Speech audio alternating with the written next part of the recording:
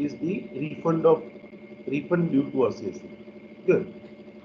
So what I told you is that, see, during the previous year, the assessees are paying during the previous year itself.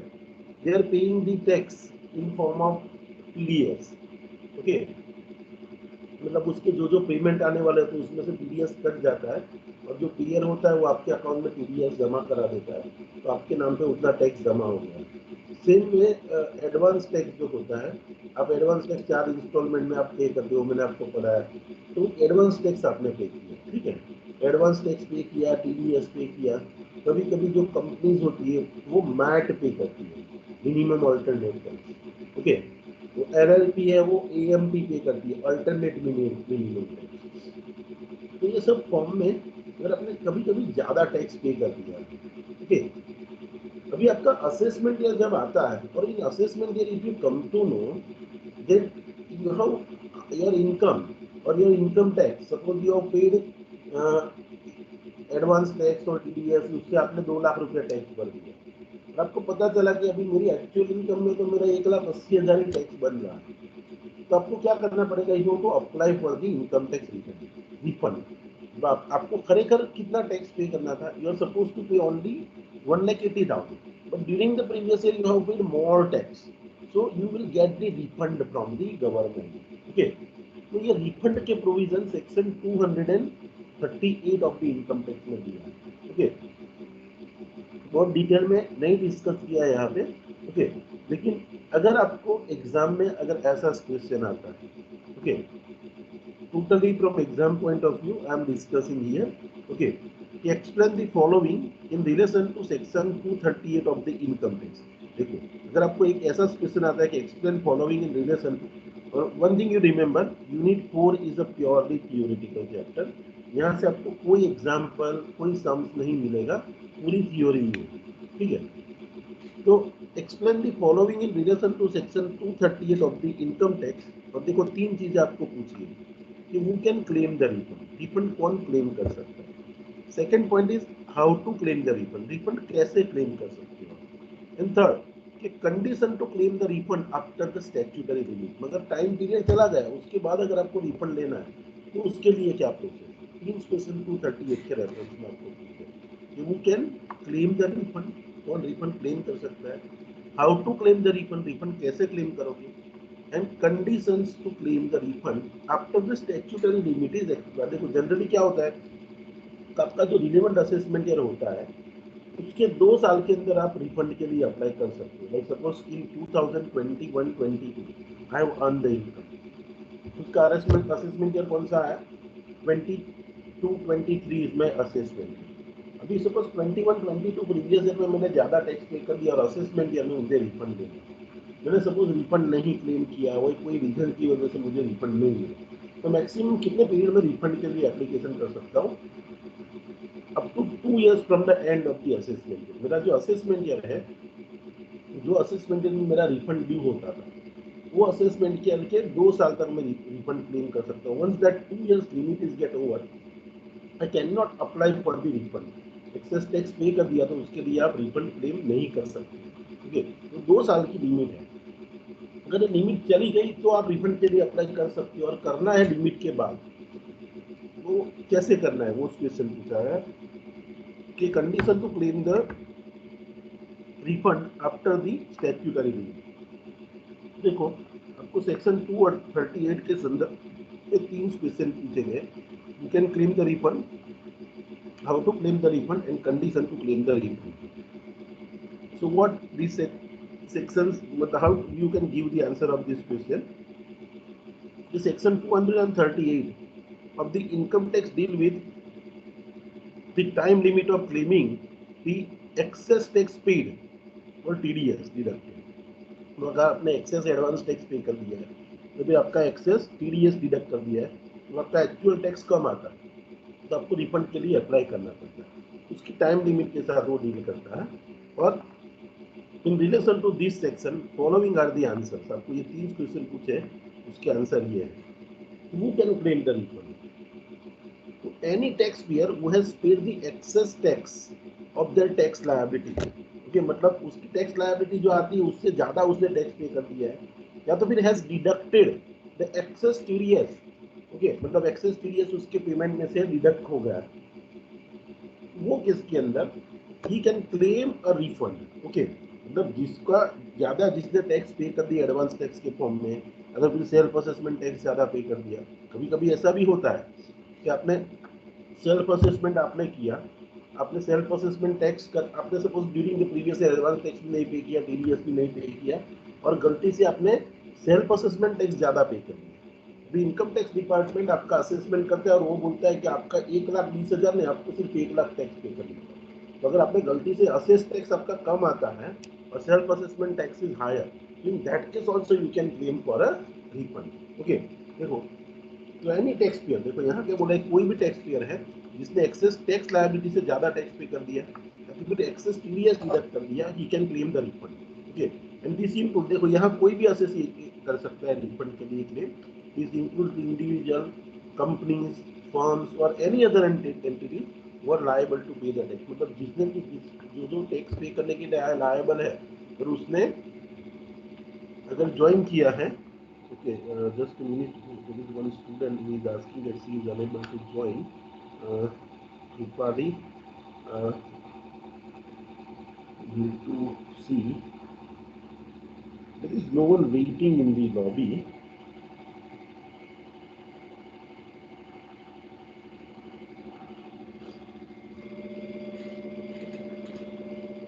Okay, so what I was discussing with you कि जिसने भी access tax पे किया है वही refund के लिए apply कर, रिफंड के लिए अप्लाई कर सकता है। Now how to claim the refund. देखो, रिफंड के लिए आपको कोई अलग से फॉर्म नहीं फाइल करना है, लेकिन आपको क्या करना है,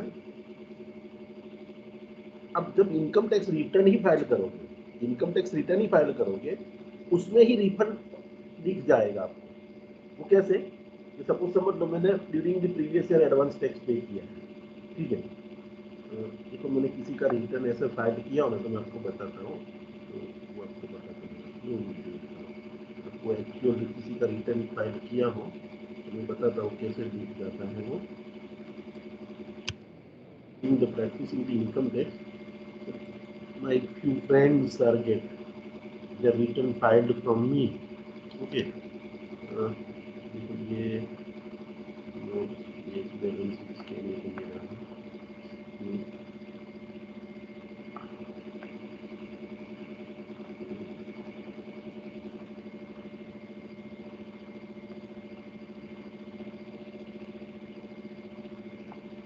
ये कोई टीचर का है,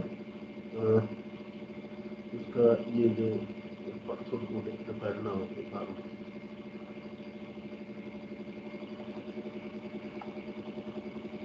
this is not a password protection file. देखो, इसका एक ITR 1 फाइल किया है, ठीक है, ये असेसी, और असेसी की ये इनकम टैक्स रिटर्न का जो रिसीप्ट आता है वो है। तो देखो, आप देख सकते हो यहाँ पे ये जो असेसी है, ओके, ये इनकम टैक्स उसने ITR 1 मतलब सिर्फ सैलरी की इनकम जिसकी होती है उसको, अभी थोड़ी देर में हम ये भी पढ़ेंगे कि ITR 1 की इसको फाइल करने का होगा। ओके, तो सी, देखो ये असेसी है, उसकी income from salary, gross salary कितना है, 2,64,000, 2,64,000 इज हिज सैलरी। फिर उसने, देखो उसकी नेट सैलरी भी वही हुई। ओके, और उसमें से देखो वो सैलरी में से हमने स्टैंडर्ड डिडक्शन 50,000 क्लेम किया। ओके, तो अभी 264 में से 50 चला गया, उसका सैलरी कितना रहा, 2,14,000। मतलब देखो ये बेसिक एग्जम्पशन लिमिट से कम हो गया, मतलब अभी 2,40,000 उसका सैलरी है। हाउस प्रॉपर्टी की उनकी कोई इनकम नहीं है। ओके, ITR 1 में दो ही इनकम होती है, और अदर सोर्सेज की उसकी इनकम है 1,84,000 अदर सोर्सेज की इनकम है। देखो ये दोनों का मिला के 2,14,000 is income from salary and 1,84,000 for income from other sources. दोनों मिला के इसका इनकम हुआ, टोटल इनकम 3,98,000। देखो 3,98,000 इसका इनकम हुआ। अभी आप देखो, उसने कुछ मेडिक्लेम का प्रीमियम ETD में पे किया है, तो 11,499 उसको ETD में डिडक्शन मिलेगा, हेल्थ इंश्योरेंस पे किया है। उसके बाद ये लेस करने के बाद इसकी टैक्सेबल इनकम क्या आई, देखो टैक्सेबल इनकम इज 3,86,500, ठीक है। अभी उसको 3,87,500 ये जो अमाउंट है, ओके, उस पर टैक्स हमने कैलकुलेट किया, तो टैक्स कितना आया, 6,825 टैक्स कैलकुलेट आया, ओके। अभी यहाँ पे ऐसा है, देयर इज 87 ए रिबेट, मैंने आपको क्लास में पढ़ा है कैपिटल गेन। बैटरी नहीं है मैं, अरे तब लोग को पाया वो चार्जर है पहले कीजिए कितने सी टाइप में, ओके। तो देखो इसका टैक्स लायबिलिटी आता है ये 6825 बराबर, लेकिन मैंने आपको 87 का रिबेट पढ़ा कि जिसका भी इनकम टैक्सेबल इनकम 5 लाख से कम है उसको 12,500 तक का रिबेट मिलता है, इसको पूरा रिबेट मिल जाएगा, क्योंकि उसके देखो ये साल भी गवर्नमेंट ने ये लिमिट बढ़ा के 7 लाख कर दी, जिसका इनकम 7 लाख तक है उसको टैक्स रिबेट मिलेगा, उसको कोई टैक्स पे करने का नहीं है, तो मतलब आफ्टर टैक्स उसकी टैक्स लायबिलिटी कितनी हो गई, 0। अभी देखो इसमें, देखो ऐसे इनकम टैक्स रिटर्न होता है, टोटल 234 एबीसी का इंटरेस्ट भी रिटर्न में ऑटोमेटिक कैलकुलेट ही हो जाता है। अभी उसने देखो इसको टैक्स कितना पे करना है, 0, और during the year by way of TDS देखो उसने कितना टैक्स पे किया है, 13,600, मतलब उसकी टैक्स लायबिलिटी कितनी आई, tax liability is a 0, okay. Total tax payable अगर आप देखोगे यहाँ पे total tax, total interest fees अब ये ऐड कर दिया, ओके। उसके बाद उसका सेल्फ असेसमेंट टैक्स जो होता है वो कितना है, 0 आता है, सॉरी। उसका total tax fee and interest अगर देखें तो देखो टैक्स भी मैंने आपको पढ़ाया कैसे कैलकुलेट होता है, फीस कर आपको पढ़ाया था वो 10,000 और 5,000 वाला, और इंटरेस्ट तीनों मिला के उसका 0 आता है, लेकिन उसने टैक्स जो टीडीएस के फॉर्म में पे किए वो कितने पे किए, 13,600 उसने पे कर दिया।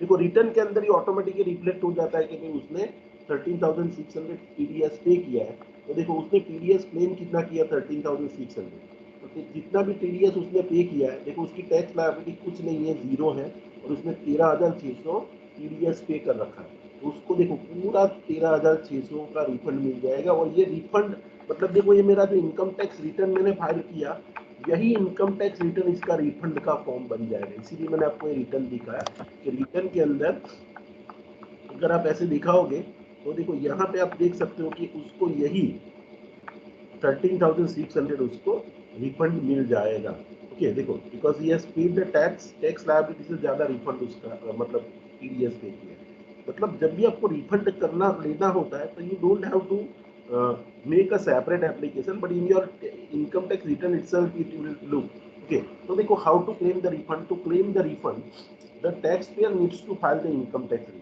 तो उसको सबसे पहले रिफंड क्लेम करना है तो क्या करना पड़ेगा, इनकम टैक्स रिटर्न उसको फाइल करना पड़ेगा, and in the ITR form taxpayer needs to provide the details of the excess tax paid, उसने जो भी एक्सेस टैक्स पे किया उसकी डिटेल उसको दिखानी पड़ेगी, या तो फिर उसने जो टीडीएस पे किया उसकी डिटेल, देखो मैंने अभी रिटर्न आपको दिखा है उसके अंदर मैंने एक्सेस रिटर्न उस एक्सेस जो टैक्स पे किया वो दिखा है, ओके।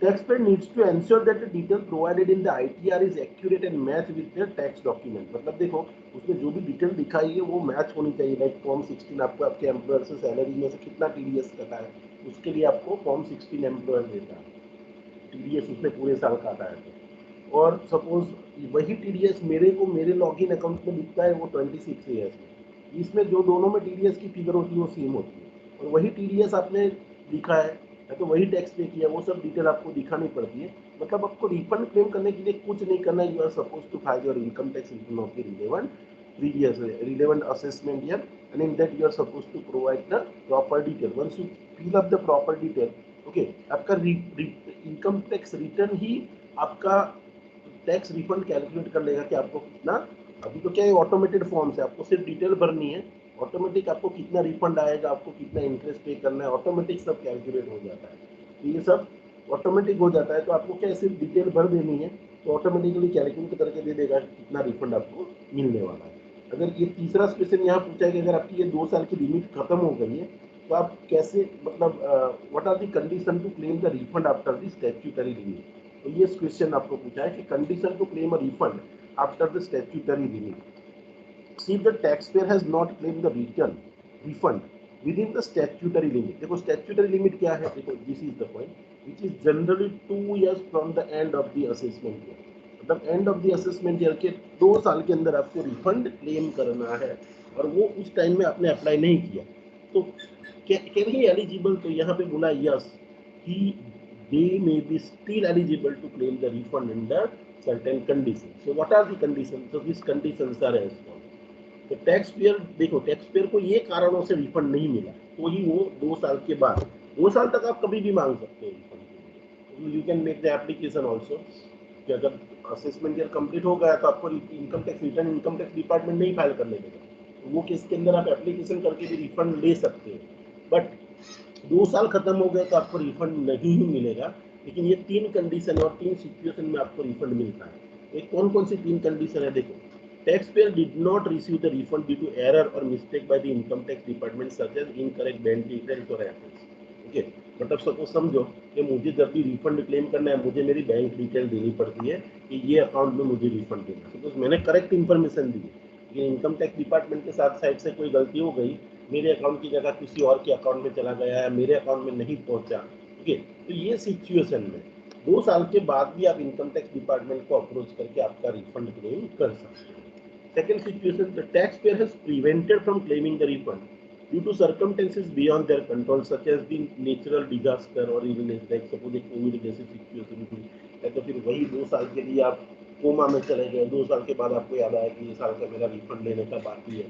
तो ऐसे जो आपके कंट्रोल बियॉन्ड कंट्रोल सिचुएशन थी और वो सिचुएशन में अगर आपने 2 साल में नहीं क्लेम किया, in that situation you can claim the refund. और tax payer was not aware of the refund amount, okay, at the time of filing of ITR and was prevented from claiming the refund due to reasons beyond their control। मतलब जब भरा उसने return तो उसको पता नहीं था कि मेरा रिफंड बन रहा है और कुछ सिचुएशन ऐसी हुई, वेबसाइट ने कुछ गलती कर दी और उसकी वजह से जो certain situation was beyond his control and due to this reason if he has failed to claim the refund, then after this due date he can claim the refund.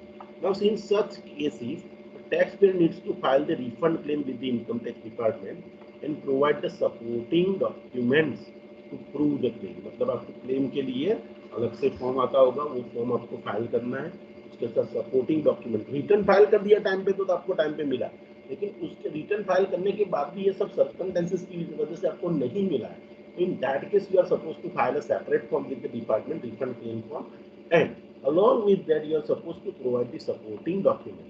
तो टैक्स डिपार्टमेंट में allow मतलब आपका जो claim है उसको वो allow भी कर सकता है और उसको डिससेटिस्फाई हो आपके रीजन से ही में reject the claim based on the merits of the case. वो case merit of the case वो देखेगा और उसके ग्राउंड पे वो रिजेक्ट करेगा या अप्रूव करेगा और based on that you will get the refund. और generally the refunds are credited directly in your account. तो आपका ये रिफंड ड्यू टू असेसी से रिलेटेड एक क्वेश्चन था, तो that we have discuss. Now the another chapter, समझ में आया यहाँ तक? किसी को कोई डाउट है, कोई क्वेश्चन है? No sir. No. Okay, now see let us discuss the next point. When the assessee मतलब now the return of income is the next chapter. So provision for, देखो section 139 subsection 1 it deals with compulsory filing of return. मतलब देखो ये जो assessee है जो मैं आपको सेक्शन 139(1) में डिस्कस करने जा रहा हूँ, ये सभी असेसी को यहाँ हेडिंग कुछ अलग दिया, लेकिन ये जो असेसी जो यहाँ फॉलो होते हैं उसको कंपलसरी अपना रिटर्न ऑफ इनकम फाइल करना है। अगर वो प्रॉफिट कर रहा है या लॉस कर रहा है, इनकम कमा रहा है नहीं कमा रहा है, उससे कोई लेना देना नहीं है। Those assessees who are mentioned in the section 139 subsection 1 are compulsorily required to file their income tax return। ऐसे कौन कौन से असेसी है जिसको सेक्शन 139 सबसेक्शन 1 लगता है? आपके हाथ में मटेरियल कल आ जाए, अभी मैं आपको व्हाट्सएप पे दे दूंगा और जेरोक्स सेंटर पे भी देने वाला हूँ। ओके, अगर आप जाने वाले तो ठीक है, अदरवाइज आप आपके एरिया में ही जहाँ पे जेरोक्स सेंटर है वहाँ से आप प्रिंट निकलवा लीजिए लास्ट मटेरियल का, ठीक है। तो देखो इस पे आप लिख देना compulsory filing of return of income या compulsory filing of return of income, ऐसा आप लिख सकते हो, ठीक है। तो यहाँ पे एक सेक्शन 139(1) में जो फॉल होते हैं उसको कंपलसरी रिटर्न फाइल करना होता है। वैसे कौन कौन से असेसी है?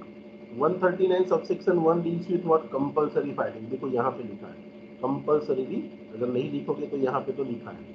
ओके, तो देखो ये जो असेसी है कंपनी और firm, if you are an individual or HUF, it is all together there is a difference equation. But if you are a company or firm, okay, देखो companies and firm are compulsorily required to file the return of income for every previous year on or before the due date in the prescribed form.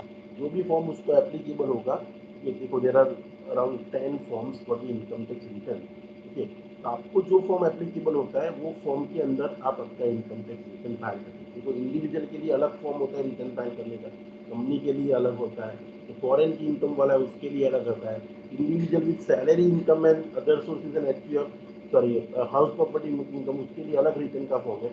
Individual having the business income is having a separate form, okay. तो और ऐसे अलग अलग forms होते हैं, तो आपको जो भी प्रिस्क्राइब फॉर्म, मतलब आपको जो फॉर्म एप्लीकेबल होता है वो फॉर्म के लिए में आपको रिटर्न फाइल करना है। अभी government is planning from next assessment year there will be a common form for all assessment, सबके लिए एक ही फॉर्म आ जाएगा, ऐसा गवर्नमेंट प्लान कर रही है, बट अभी तक तो ऐसा नहीं है। आपको जो भी प्रिस्क्राइब फॉर्म एप्लीकेबल होता है वो फॉर्म में आपको रिटर्न ऑफ इनकम फाइल करना है। अभी हम पढ़ रहे हैं compulsory filing of income tax return. देखो ये दो जो असेसी है, कंपनीज और फर्म, तो companies and firm are compulsory required to file the return of income for every previous year on और before due date. Due date क्या है हम आगे पढ़ेंगे, और वो प्रिस्क्राइब फॉर्म में भरना है। देखो यहाँ पे नोट क्या है, देखो ये दो असेसी है, even in case of loss we are compulsorily required to file the return of loss. ये मतलब इन लोगों को लॉस भी हुआ है, सपोज बिजनेस जीरो भी है, तो भी कंपनी और फर्म हुआ और आपने पैन लिया है, आपको कंपल्सरी रिटर्न फाइल करना है। देखो अदर देन वन, मतलब ये कंपनीज और फर्म के अलावा दूसरे कोई भी पर्सन, तो उनको कब रिटर्न फाइल करना है। देखो person other than company and firm are required to file the return of income only if their total income और total income of any other person, मतलब क्लबिंग करके, for which he is assessable, मतलब आपकी income और उसके साथ clubbing करके दूसरे किसी की इनकम आप में ऐड होती है, वो एक्सीड करती है, it exceeds the BEL, BEL मतलब बेसिक एग्जम्पशन लिखी, before claiming the deductions under chapter 6A और deduction under section 54, 54D, 54EC और 54F, चारों सेक्शन हमने पढ़े हुए हैं, ओके। तो अगर आपकी डिडक्शन क्लेम करने से पहले की, या तो फिर डिडक्शन क्लेम करने के से पहले की और 54 के डिडक्शन क्लेम करने से, मतलब 80C टू 80U के डिडक्शन क्लेम करने से पहले की, या तो फिर 54 के डिडक्शन क्लेम करने से पहले की, अगर आपकी इनकम, ओके, आपकी इनकम कितनी है बेसिक एग्जम्पशन लिमिट से ज़्यादा है, then you are suppose to file your return of income, okay. देखो यहाँ पे एक सम भी दिया है, हम सम देखते देखो एग्जाम में सम नहीं आएगा, लेकिन for your knowledge this is one example. देखो कि mister Paras is a resident in India, during the previous year his interest income is 2,88,000 was credited in his non-resident external account of SBI, okay, being interest on the fixed deposit was credited to his saving bank account during this period, okay, मतलब देखो ये interest उसका saving bank account में जमा हुआ है। He has also earned the 30,000 rupees interest from his saving account, तो आपको पूछा देखो इसका ये 2,88,000 उसका FD का इंटरेस्ट जमा हुआ है, 30,000 का सॉरी 2,000 ये इसका NRE अकाउंट का इंटरेस्ट जमा हुआ है। ये 30,000 जो है, देखो NRE अकाउंट का जो भी इंटरेस्ट होता है ना वो हमेशा टैक्सेबल नहीं होता, वो एग्जम्प्टेड होता है, तो सेक्शन 10 सबसेक्शन 4 में वो एग्जम्प्ट होता है। तो अगर आपको NRE अकाउंट, आप फॉरेनर नहीं हो, आप NRI हो, फॉरेन में रहते हो और आपका इंडिया में अकाउंट है और उसमें आपने पैसा रखा है और यहाँ आप इंटरेस्ट कमा रहे हो, तो दैट इज एग्जाम्प्ट। इसके पीछे लॉजिक क्या है कि फॉरेनर से यहाँ ज़्यादा से ज़्यादा पैसा लोग इन्वेस्ट करें, इसीलिए वो लोग यहाँ से इंटरेस्ट कमाते हैं, तो उसको एग्जाम्प्ट कर दिया है। तो NRE अकाउंट में अगर आपका इंटरेस्ट आता है तो वो तो एग्जाम्प्ट हो जाएगा। फिर आपकी FD पे आपको इंटरेस्ट मिल रहा है 30,000 और दूसरा सेविंग अकाउंट पे 3,000 इंटरेस्ट मिल रहा है उसको, ओके। तो पारस को रिटर्न फाइल करना पड़ेगा। तो what will be your answer if he owns the shop in Kerala having the area of 150 square feet, और what if he has incurred 3 lakh rupees travel expenditure for self and spouse, okay. तो देखो ये सम हम बाद में करते हैं क्योंकि ये दूसरे दो पॉइंट भी है, ओके। शॉप से कोई फर्क नहीं पड़ता, लेकिन ट्रैवल एक्सपेंस आपका कोई अमाउंट से ऊपर बढ़ जाए तो आपको रिटर्न फाइल करना कंपलसरी है। देखो सब मैंने पढ़ लिया, अभी हम सॉल्यूशन बाद में देखते हैं क्योंकि ऊपर के प्रोविजन हमें देखने हैं, उसमें फॉरेन ट्रैवल भी इंक्लूड होता है, ओके। तो देखो कंपनी और फर्म को क्या है, कंपलसरी रिटर्न फाइल करना है। पर्सन अदर देन कंपनी जो होता है, okay, other than company and firm, तो उनको रिटर्न कब फाइल करना है, तो उसकी बेसिक इनकम क्या है, बेसिक एग्जम्पशन लिमिट से ज्यादा है। और कौन सी वाली इनकम, जो कि 80C से 80U से डिडक्शन क्लेम करने से पहले की इनकम और 54 के डिडक्शन क्लेम करने से पहले की इनकम। अगर आपकी 2,50,000 से ज्यादा हो गई वो income, then you are liable to pay the tax, okay, sorry, you are liable to file the income tax return, okay. Now see, total income for determining whether the person is required to file the return of income or not is equal to the income before claiming the deduction under chapter 6A। And देखो 10A 10 ये SEZ वालों के लिए है, SEZ EOU, तो ये लोगों को भी कि देखो ये जो डिडक्शन है वो क्लेम करने से पहले की इनकम देखनी है, और वो इनकम बेसिक एग्जम्पशन लिमिट से ज्यादा है, मतलब ये 54 के डिडक्शन क्लेम करने से पहले की इनकम, 10 के डिडक्शन क्लेम करने की पहले की इनकम, और चैप्टर 6 के डिडक्शन क्लेम करने से पहले की इनकम, ओके। अगर ये इनकम अगर आपकी 2,50,000 से ज्यादा है तो आपको रिटर्न फाइल करना पड़ेगा। और देखो दूसरा किसको रिटर्न फाइल करना है, एनी अदर पर्सन यहाँ पे लिखा है, देखो इस टोटल इनकम और total income of any other person in respect of हुम ही इज असेसेबल।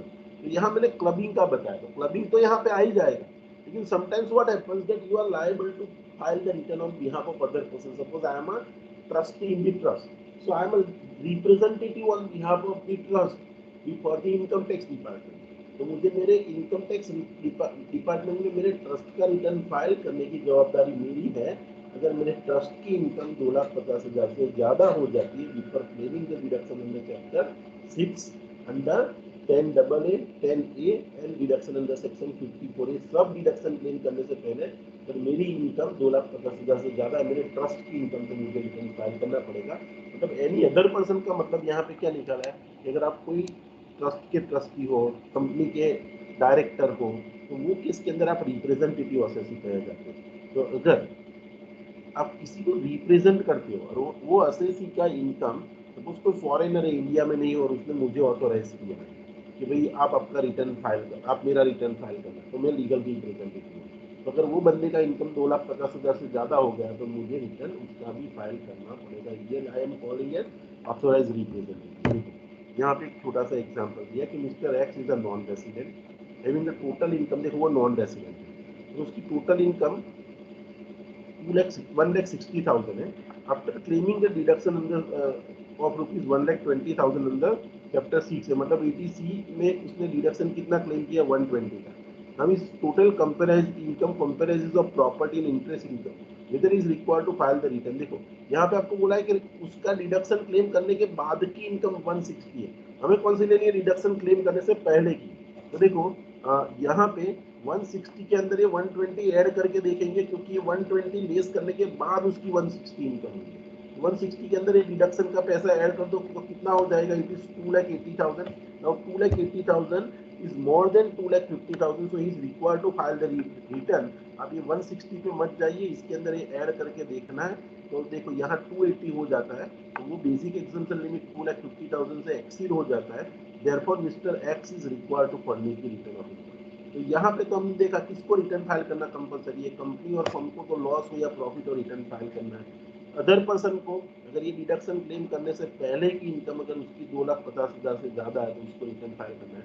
फिर दूसरे भी कुछ लोग ऐसे हैं, भले उसका इनकम 2,50,000 से ज्यादा नहीं होता, भले वो कंपनी नहीं, भले वो फर्म नहीं है, फिर भी उसको रिटर्न फाइल करना पड़ता है, ओके। तो ऐसे कौन कौन से लोग हैं जिसको रिटर्न फाइल करना कंपलसरी है, even though they are not a company, not a firm, और even their income is not more than 2,50,000, still they are compulsorily liable to pay the file the return। तो देखो ऐसे कौन कौन से लोग हैं।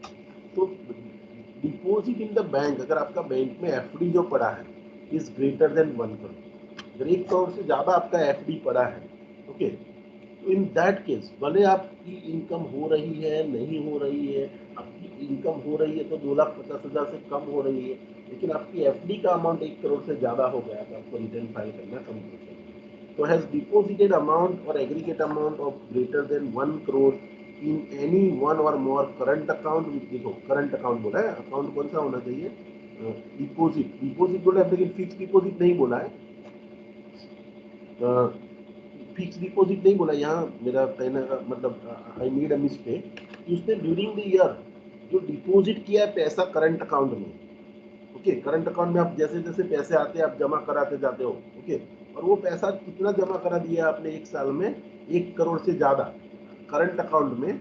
जो कोई भी बैंक में या फिर कोऑपरेटिव बैंक में आपका कोई अकाउंट चल रहा है करंट अकाउंट, और उसमें सपोज आज 10,000 जमा कराया, कल 25,000 जमा कराया, चेक से कैश से कोई फर्क नहीं पड़ता, लेकिन उसके अंदर आपने जो डिपॉजिट की पूरे साल में, वो credit amount in the bank account is more than 1 crore, then you are compulsorily required to file the return। अगर आप क्लेम करते हो कि sir my income is less than 2,50,000, so I will not file the return, but here what this point says कि अगर आपका current account है, current account के अंदर डिपॉजिट आपने 1 करोड़ से ज्यादा की है, तो आपको कंपल्सरी रिटर्न फाइल करना पड़ेगा।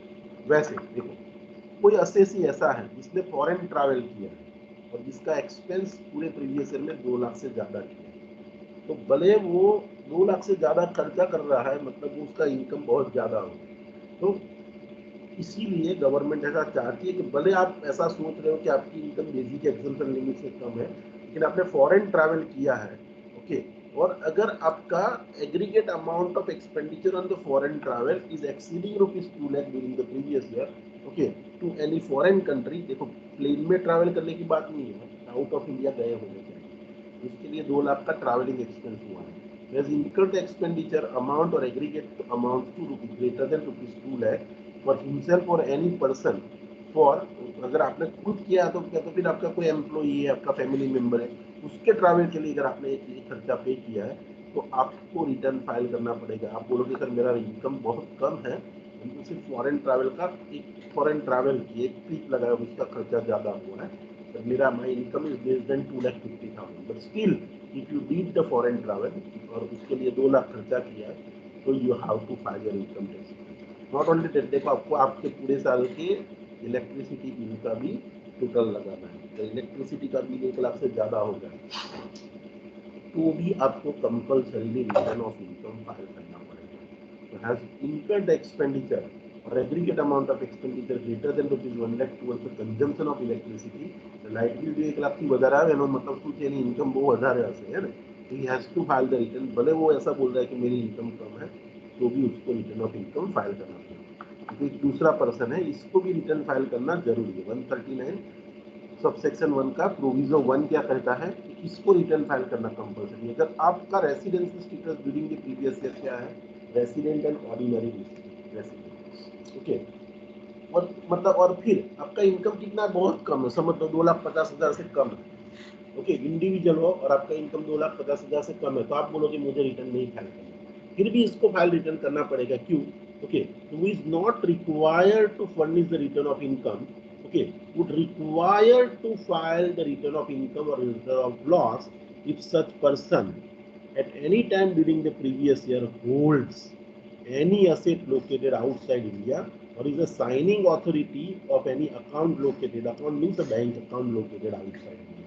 तो अगर आप कोई फॉरेन में आपकी कोई प्रॉपर्टी सिक्योर्ड है और या तो फिर आप फॉरेन के कोई बैंक अकाउंट के सिग्नेचर हैं, भले इंडिया के अंदर आपकी इनकम 2,50,000 से कम है, लेकिन आपका फॉरेन में कोई असेट के आप मालिक हो या तो फिर फॉरेन के कोई अकाउंट के आप सिग्नेटरी हो, ओके, और if you are a beneficiary of any asset located outside India, suppose आपके नाम पे कोई प्रॉपर्टी नहीं है फॉरेन में, आपके फादर के नाम पे, लेकिन आपके फादर ने ऐसा क्लोज रखा है कि ये प्रॉपर्टी से जो भी रेंट आएगा वो मेरा बेटा रिसीव करेगा, और आप उसके बेटे हो, तो आप you are the beneficiary of the asset secured outside India. Okay, asset does not mean only house property, अगर कोई लैंड, बिल्डिंग, शेयर्स भी आउटसाइड इंडिया में आपके हैं, कोई सिक्योरिटी इंडिया आउटसाइड इंडिया में इन्वेस्टमेंट किया, उससे इंटरेस्ट आ रहा है, तो ये सभी असेट में आता है। अगर आपकी असेट आउटसाइड इंडिया लोकेटेड है और वो असेट के आप मालिक हो या तो फिर बेनिफिशियरी हो या तो फिर आपको फॉरेन के बैंक अकाउंट के ऑथोराइज सिग्नेटरी हो, तो भले आपकी इनकम 2,50,000 से कम है, आपको रिटर्न फाइल करना कंपल्सरी है। देखो, asset includes the financial interest in any entity outside India, मतलब जो नॉर्मल असेट तो है वो तो समझ सकते हैं हम, लेकिन कोई फाइनेंशियल इंटरेस्ट कोई भी एंटिटी में आपका होगा, सपोज कोई कंपनी उसके शेयर्स आपके पास है, तो फॉरेन में कोई पार्टनरशिप फर्म है उसके आप पार्टनर हो, So you are holding or you are holding an interest in the an entity situated outside India. Okay, then you are supposed to file the income tax return. But देखो, in order to file the applicability of this section, the first requirement is that you must be ROR, मतलब आपका residency status during the previous year resident and ordinary resident होना चाहिए। और ये किसके case में होता है ROR? दो असेसी के केस में होता है, एक इंडिविजुअल के केस में और एक एचयूएफ के केस में। बाकी सब में तो रेसिडेंट नॉन रेसिडेंट ही होता है। तो अगर ये इंडिविजुअल एचयूएफ के लिए प्रोविजन है कि अगर आपकी प्रॉपर्टी आउटसाइड इंडिया है तो आपको ये रिटर्न फाइल करना। हाँ, अगर आपको आप इंडिविजुअल हो तो आपका रेसिडेंस स्टेटस रेसिडेंट है, but you are resident but not ordinary resident, this provision is not applicable. ये प्रोविजन आपको एप्लीकेबल नहीं होगा। It is applicable to only those assessee who are resident and ordinarily resident in India. Okay. Now, what fifth proviso to section 139 subsection 1 says: an individual who is a beneficiary of any asset located outside India is not required to file the return of income under fourth proviso if such income is includable in the income of the beneficial owner. मतलब समझ लो कि मेरे father ने कोई foreign के अंदर पैसा रखा, इन्वेस्ट किया है और उसका इंटरेस्ट मुझे मिल रहा है, लेकिन मेरे फादर ने अपना रिटर्न के अंदर वो इंटरेस्ट इंक्लूड कर दिया है, तो अभी मुझे रिटर्न फाइल करने की जरूरत नहीं in the capacity of beneficiary. मैंने ऊपर आपको ऐसा पढ़ा है कि बेनिफिशियरी को भी रिटर्न फाइल करना पड़ेगा, भले उसकी इनकम 2,50,000 है, but is the beneficiary of the asset located outside India. But the person who is the owner, he himself has in his return he has shown that income. Okay, तो वो income आपको आपकी income में बार दूसरी बार दिखा के return file करने की जरूरत नहीं है। That is what's proviso fifth of the section 139 subsection 1 से।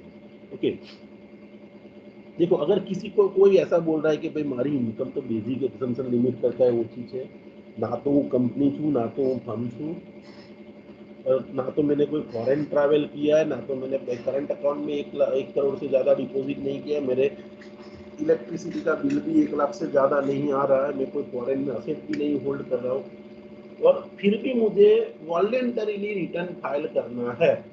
ओके, तो मेरी इनकम 50,000 ही है और कोई ये सब ऊपर वाली कैटेगरी में नहीं फॉलो, और if I have to file the return, can I file voluntarily? घना बधा हमारी पास आवे छे सर नीलू रिटर्न फाइल करी आपको ना, व्हाट इज दिस के आप वॉलेंटरीली रिटर्न फाइल करना चाहते हो, आप कर सकते हो। तो देखो यहाँ assessee can furnish the return of income even if his income is less than basic exemption limit.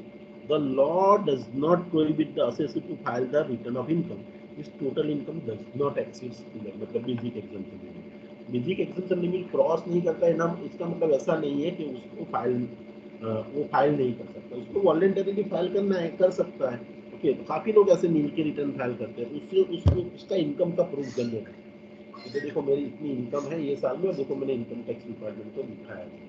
उससे क्या होता है कि बैंक लोन के लिए जब 3 साल के रिटर्न मांगते हैं, तो ऐसे रिटर्न आप दोगे, लेकिन देखो मैंने 3 साल में ये 2,50,000 से कम तो कम, लेकिन मेरी इनकम 3 लाख में 3 सालों में इतनी थी, 3 वर्ष तो मैं 90 लाख रुपये रिटर्न फाइल करे बोलते, तो गवर्नमेंट जो बैंक है नहीं खबर पड़ सकती आप वर्ष से 2 लाख तो कमाया, मतलब 1 लाख की पर्सनल लोन માટે અરજી કરો तो मरी जाए।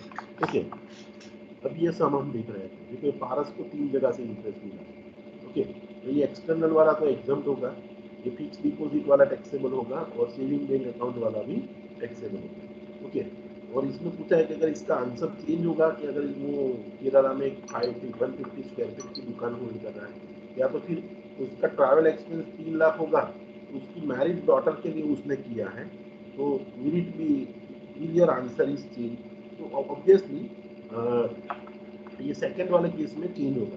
मैंने कोई जगह पे आपको ऊपर ऐसा नहीं पढ़ा है कि भाई उसका वो दुकान होल्ड कर रहा है तो उसको रिटर्न ऑफ इनकम फाइल करना पड़ेगा। ठीक है, इंडिया के अंदर कोई दुकान केरला में, हाँ फॉरेन के अंदर ये दुकान होती उसकी, तो और उसका रेसिडेंशियल स्टेटस ROR होता तो उसको रिटर्न फाइल करना पड़ेगा। और सी में भी ऐसा पूछा है, सॉरी, कि अगर वो फॉरेन ट्रैवल करके लिए अपने डॉटर के लिए कुछ खर्चा करता है 3 लाख, तो उसको रिटर्न फाइल करना पड़ेगा या सर? तो देखो सबसे पहले हम उसकी बेसिक एग्जम्पशन लिमिट कैलकुलेट करते हैं कि भाई डिडक्शन नहीं क्लेम करने आपको, और उससे पहले की इनकम देखो, और वो भी टैक्सेबल इनकम। देखो ये आरबी उसको जो 2,88,000 इंटरेस्ट मिला है NRE अकाउंट से, वो तो एग्जम्प्ट होगा, क्योंकि यहाँ नहीं लिखते हैं एफडी का इंटरेस्ट हुआ 30,000, interest on saving bank deposit is 3,000, तो उसकी ग्रॉस टोटल इनकम कितनी हुई 33,000।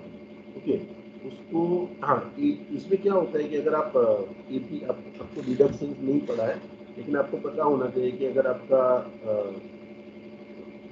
इंटरेस्ट का इनकम 5,000 तक का होता है तो under section 80 PTA it is allowed as a deduction. तो देखो इसका इंटरेस्ट का इनकम सेविंग बैंक अकाउंट में 3,000 जो 5,000 से कम है, इसका आपको डिडक्शन मिल सर जाएगा। हाँ सर 10,000 लिमिट आवे ने एटीटीए ની 10,000 लिमिट છે। ओके, तो 10,000 लिमिट, तो 10,000 तक वो एग्जाम रहता है, ठीक है, डिडक्शन मिलता है एटीटीटी में 10,000, लेकिन इसका इनकम कितना है सिर्फ 3,000, तो ये 10,000 तक डिडक्शन मिलता है आपको। हाँ बराबर है आपकी बात, 10,000 तक डिडक्शन मिलता है, तो ये 3,000 का उसको डिडक्शन मिल गया। अभी इसकी टैक्सेबल इनकम कितनी हुई देखो, यहाँ पे मुझे लिमिट देखने के लिए 33,000 देखना है। मैंने क्या बोला कि आपका डिडक्शन क्लेम करने से पहले का इनकम देखना है, अगर ये 2,50,000 से ज्यादा है तो आपको डिडक्शन मिलेगा, sorry you have to file the return, otherwise not.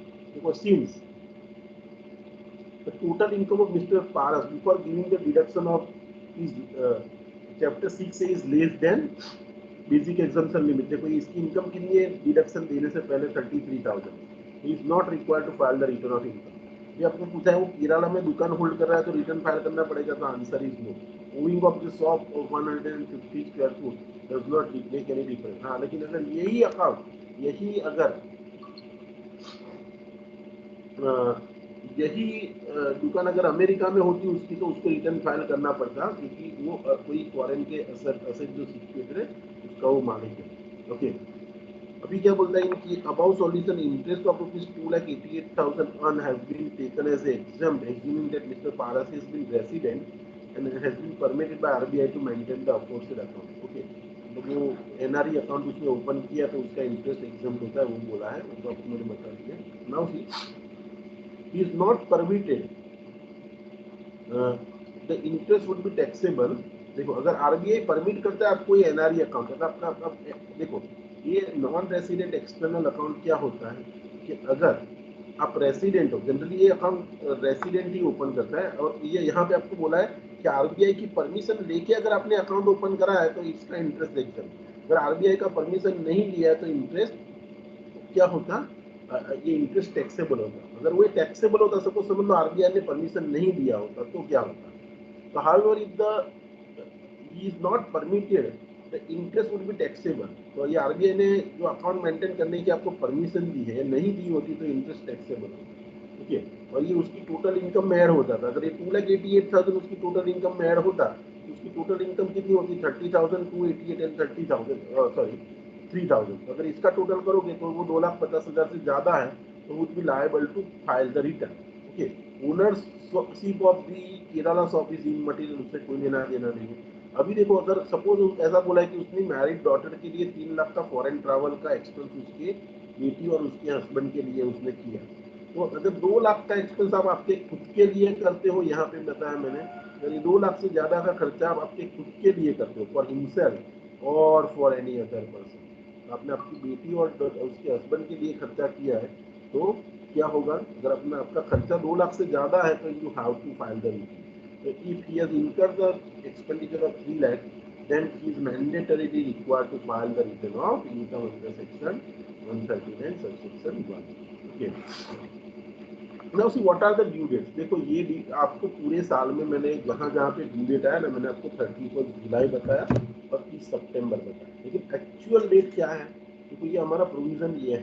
तो आपको एग्जाम में भी जो सम्स आने वाले हैं ना, उसमें ड्यू डेट आपको ये 3 में से ही एक दी है, तो डोंट गेट कंफ्यूज के साथ आपने पूरे साल 31 दिसंबर 30 सितंबर बताया, 31 जुलाई बताया, लेकिन ये असेसमेंट ईयर के लिए आपकी due date of filing of return कौन कौन सी, तो आपको ये डेट्स याद रखनी है। अगर एग्जाम में पूछा जाता है तो आपको ये डेट्स लिखनी है आपके। ओके, तो देखो due date of filing of return of income. So what is the due date of filing of return of income. देखो assessee including the partners who is required to TPR. TPR का full form होता है transfer pricing return under section 92E relating to the international transaction और specified domestic transaction. देखो ये TPR क्या होता है? Transfer pricing when you do the related party transaction, either it is internationally और national, there are some of the related party transactions are identified. Okay, और in case में transfer pricing करना पड़ता है। आप आपके ही रिलेटिव को और आपके रिलेटेड फर्म को कोई इनकम एक्सपेंस दे रहे हो या वहां से इनकम आ रही है आपको, ऑब्वियसली जो रिलेटेड पार्टी से आ रही है तो बहुत कम आएगी या ज्यादा आएगी। सपोज समझिए कि हमारा भाई पास से कोई गुड्स रेगुलर परचेस करूँ तो ऑब्वियसली मेरी इनकम कम आएगी। कैसे? रिलेटेड पार्टी ट्रांजेक्शन जो होते हैं जनरली इंटरनेशनल ट्रांजेक्शन ज्यादा कवर है, तो जिसको यहाँ क्या बोलता है? टीआरपी। ओके, तो टीआरपी का मतलब क्या होता है? Transfer pricing income. ओके, तो कुछ असेसी ऐसे होते हैं वो ट्रांसफर प्राइसिंग रिलेटेड, आपने कॉस्टिंग में पढ़ा होगा transfer pricing.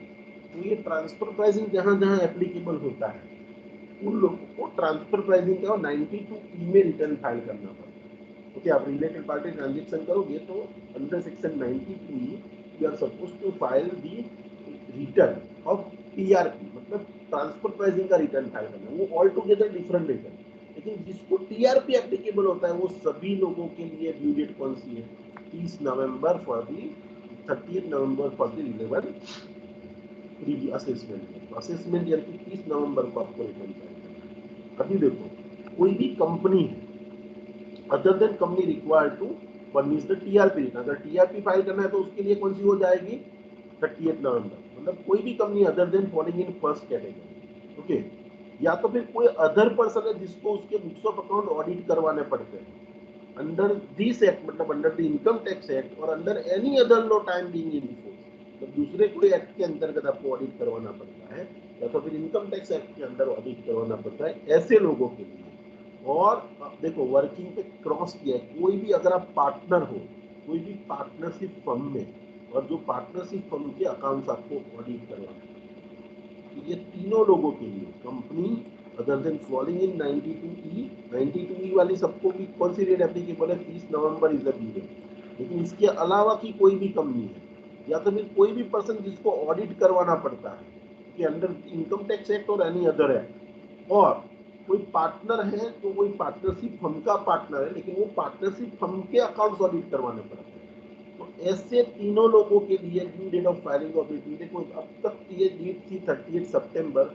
From this assessment year the date has been change and this date is 31 October of the relevant assessment year. मतलब दूसरी डेट आपको कौन सी याद रखनी है? तो जिसको 92E एप्लीकेबल होता है उसके लिए 30 नवंबर, जिसको 92E नहीं एप्लीकेबल होता लेकिन अकाउंट्स ऑडिट करवाने पड़ते हैं, या तो फिर आप कंपनी हो या तो फिर देखो कंपनी को तो ऑडिट करवाना पड़े या ना करवाना पड़े, कंपनी को हमेशा 31 अक्टूबर लगेगा। कंपनी के अलावा दूसरा कोई भी पर्सन है और ऑडिट करवाना पड़ता है तो 31 अक्टूबर। अगर आप पार्टनरशिप फर्म के पार्टनर हो और आपका फर्म का ऑडिट हो रहा है तो आपके लिए भी 31 अक्टूबर। और बाकी ये दो कैटेगरी में कोई असेसी नहीं फॉलो होता, वो सभी असेसी के लिए ड्यू डेट कौन सी है? 31 July of the relevant assessment. There are 3 due dates that you are supposed to remember for filing of return of income: 30 नवंबर और 92E वाले असेसी, और ये सब असेसी के लिए 31 अक्टूबर, और इसके अलावा की कोई भी असेसी उसके लिए 31 जुलाई। देखो, now firm whose accounts are not required to be audited, okay, अगर मैं पार्टनरशिप फर्म में पार्टनरशिप फर्म में पार्टनर हूँ और मेरे अकाउंट्स ऑडिट नहीं होते, the last date of filing of return by the firm as well as partner will be 31 July. मतलब जो पार्टनरशिप फर्म है जिसके अकाउंट्स ऑडिट नहीं करवाने पड़ते तो पार्टनर के लिए भी 31 जुलाई डेट रहेगा और फर्म के लिए भी 31 जुलाई रहेगा। इन फर्म का अगर ऑडिट करवाना पड़ेगा तो यहाँ आपको मैंने बताया कि एनी अदर पर्सन में फर्म कवर हो जाएगा, फर्म के लिए भी 31 अक्टूबर, फर्म के पार्टनर के लिए भी 31 अक्टूबर। Okay, now see, suppose the last day 31 October और 31 जुलाई और 30 नवंबर, उस दिन छुट्टी होगी तो कोई पब्लिक हॉलीडे होगा तो what will be the last day? In that case the next working day will be the last day. So if the last date of filing of return of income it is a public holiday, then assessee file the return of income or return of loss on the next working day. देखो, अगर आपको कुछ मैंने आपको बताया एक company है partnership firm है उसको रिटर्न फाइल करना है, अगर प्रॉफिट होता है तो भी लॉस होता है तो भी, अगर आप लॉस वाला रिटर्न फाइल करोगे तो उसको क्या कहा जाता है? Return of loss. So you are required to file the return of income or return of loss on the next working day. देखो यहाँ पे एक एग्जांपल दिया कि mister x own the business for the previous year और उसका turnover 102 lakh है। देखो 102 लाख है तो उसको ऑडिट करवाना पड़ेगा। And in this case the last date of filing of return is 30 September. देखो यहाँ चेंज करनी है। ओके, यहाँ कौन सी डेट आएगी? मैंने बताया कि अभी डेट ये चेंज ऑडिट वाले के लिए देखो 102 लाख टर्नओवर है। ओके,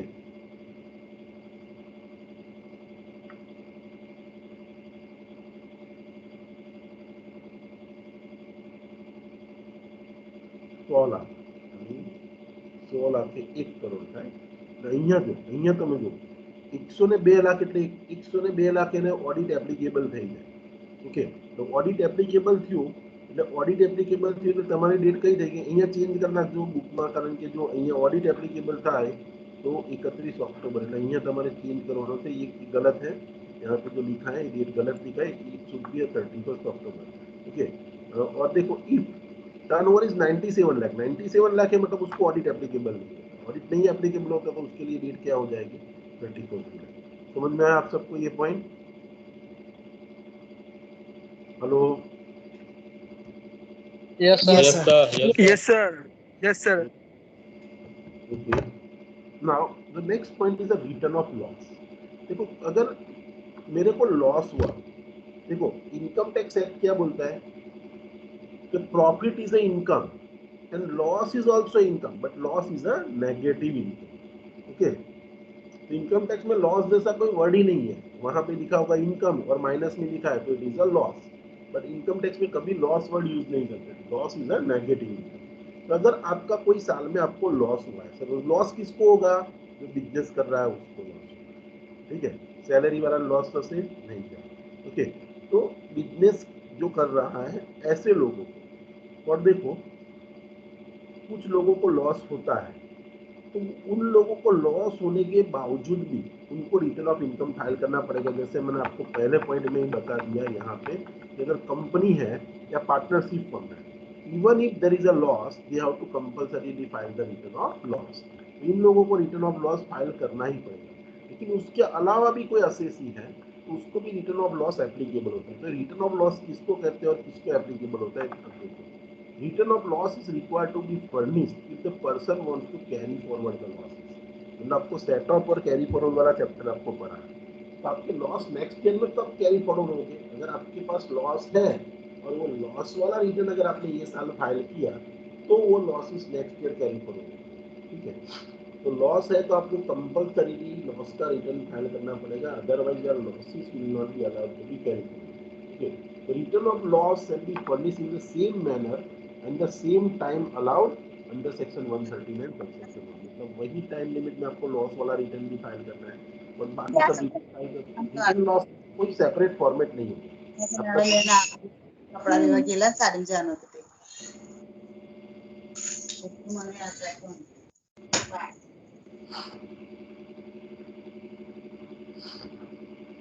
ठीक है, तो रिटर्न ऑफ लॉस कोई सेपरेट फॉर्म नहीं होगा। आपका जो नॉर्मल इनकम टैक्स रिटर्न का फॉर्म है वही फॉर्म फाइल करना है, लेकिन उसके अंदर आप नेगेटिव इनकम दिखाओगे तो वो रिटर्न ऑफ लॉस हो जाएगा। Now see person has sustain any loss in the previous year and he wants to forward following losses. देखो इतने लॉसेस आपको कैरी फॉरवर्ड करने हैं कि बिजनेस लॉस, आपका नॉर्मल बिजनेस का लॉस है वो, तो स्पेक्युलेटिव बिजनेस का लॉस, ओके, स्पेसिफाइड बिजनेस का लॉस, या तो फिर कैपिटल लॉस, या तो फिर loss of owing and maintaining horse races. Okay, he shall file mandatorily furnish the return of loss within the time prescribed। मतलब ये टाइम प्रिस्क्राइब है आपको 31 अगस्त, 30 नवंबर या 31 जुलाई, ये टाइम के अंदर ही आपको रिटर्न ऑफ लॉस फाइल करना पड़ेगा, तभी इतने लॉस आप कैरी फॉरवर्ड कर सकोगे। ओके, तो दो लॉस ऐसे हैं अगर आपने रिटर्न ऑफ इनकम नहीं भी फाइल किया तो भी वो लॉस आप कैरी फॉरवर्ड कर सकते। ऐसे कौन से लॉसेस है? देखो, losses which can be carry forward even if the return of loss is not filed. ऐसे कौन से लॉस है? Loss of house property under section 170B and unabsorbed depreciation. ये दो लॉस ऐसे हैं भले भी आपने रिटर्न ऑफ इनकम नहीं फाइल किया लेकिन ये लॉस आप कैरी फॉरवर्ड कर सकोगे। बाकी इतने लॉसेस को अगर आपको कैरी फॉरवर्ड करना है then you have to compulsorily file your return of loss within the prescribed time limit. Time limit के बाद फाइल करोगे तो भी लॉसेस कैरी फॉरवर्ड नहीं होंगे। ये ध्यान रखना है कि लॉस को कैरी फॉरवर्ड करना है तो टाइम पे ही रिटर्न फाइल करना पड़ेगा। आप बोलोगे सर मैं पेनल्टी पे करता हूँ, इंटरेस्ट पे करता हूँ, तो जो भी है, लेकिन आपको लॉस कैरी फॉरवर्ड करने है तो you have to file the return of loss. तो यहाँ पे क्या बोला है, return of loss within time allowed, दोनों को बोल्ड किया। ओके, तो टाइम लिमिट में ही आपको फाइल करना है, ठीक है। तो section 139 requires that with respect to section 80 require that assessee to file return of loss in the same manner within the time allowed and all the provisions of the act apply to the return of loss also। मतलब जितने भी provision return of income के, वही provision वही तरीके से आपको return of loss भी फाइल करना है। Okay, now in order to carry forward the about losses assessee shall file the return of loss on और बिफोर ड्यू डेट। मतलब ये जो ड्यू डेट्स लिखी गई है, ड्यू डेट के अंदर फाइल किया है तो ही कितने लॉसेस आपको कैरी फॉरवर्ड करने को मिलेंगे।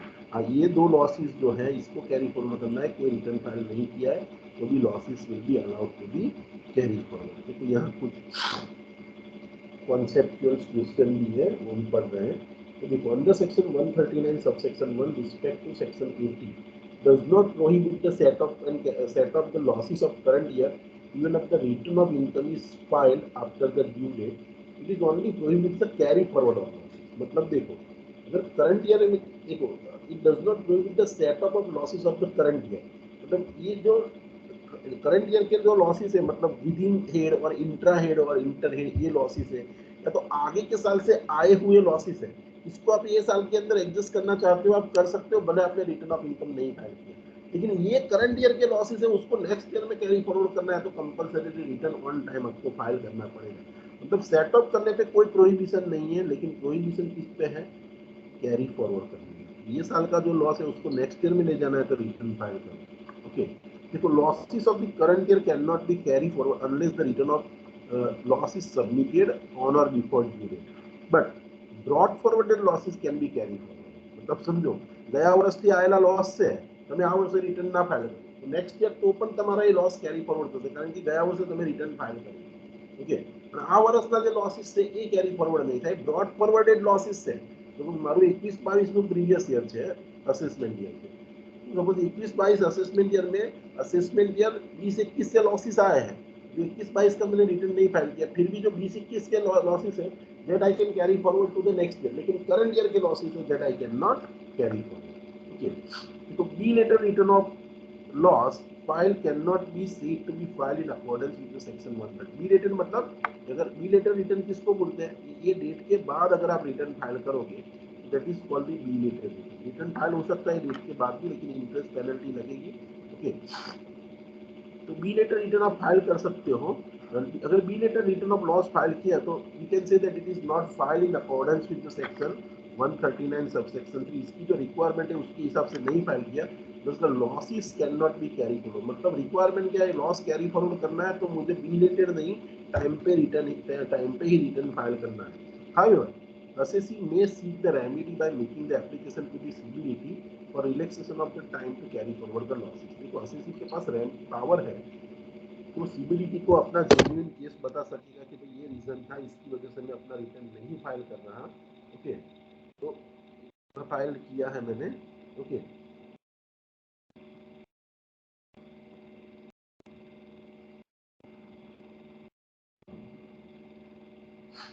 ओके,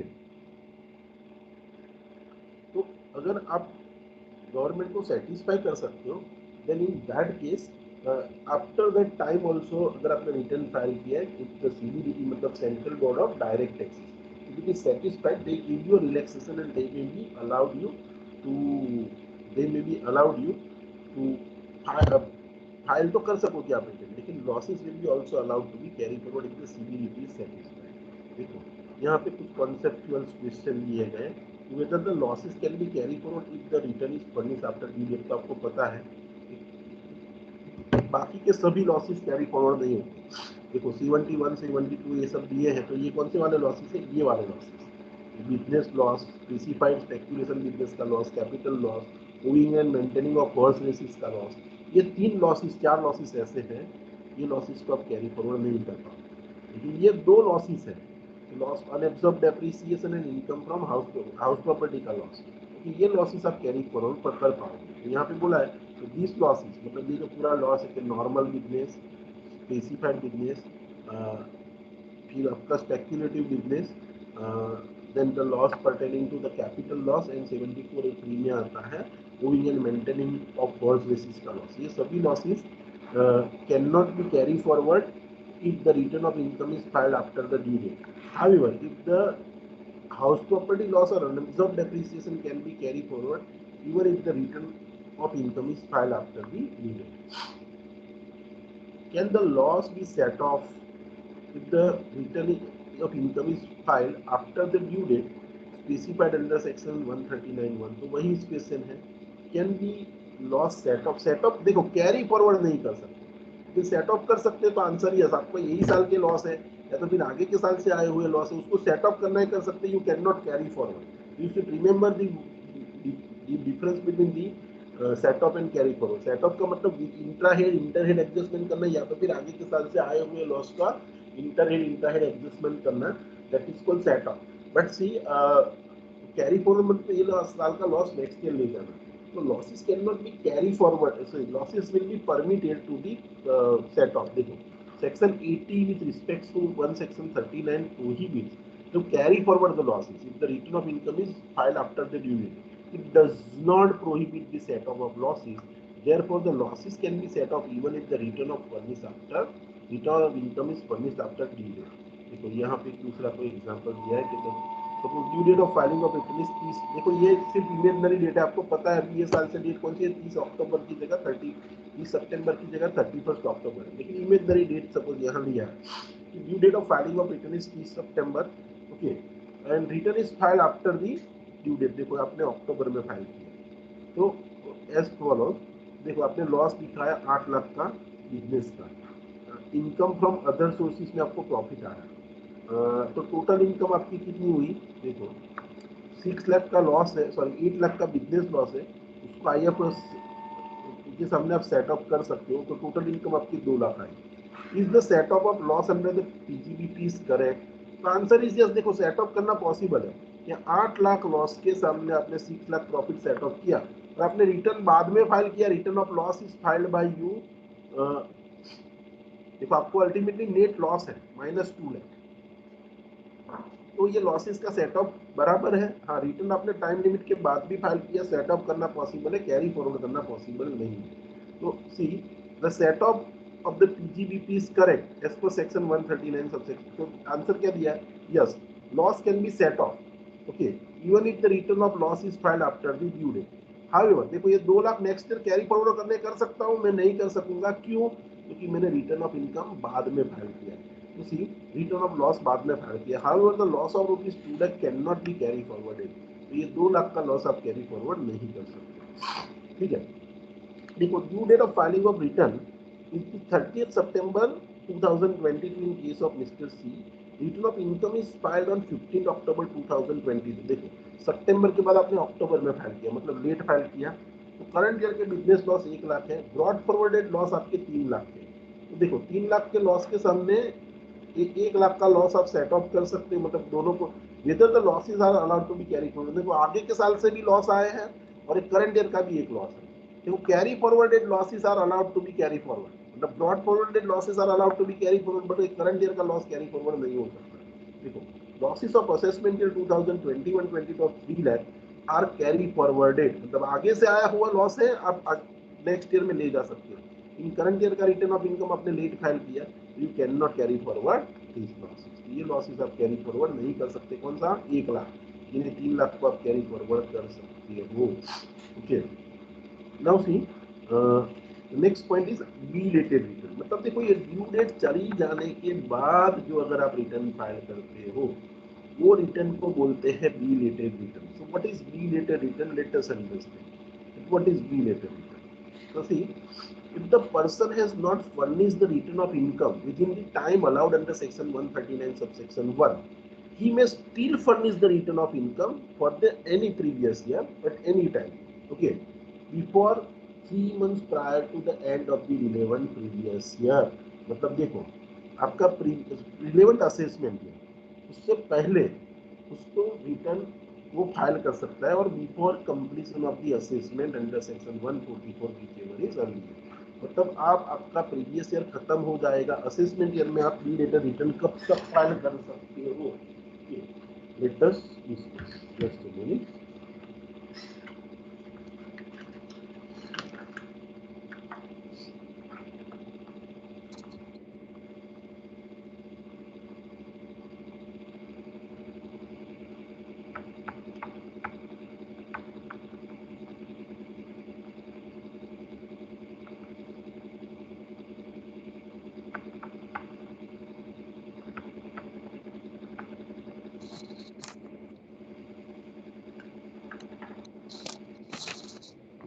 बिलेटेड रिटर्न, ओके, कब तक आप फाइल कर सकते हैं? ओके, तो बिलेटेड रिटर्न क्या बोला है कि अप टू 3 मंथ्स आप फाइल कर सकते हैं, up to 3 month prior to 3 month end of the relevant assessment year. तो assessment year, please turn off your mic.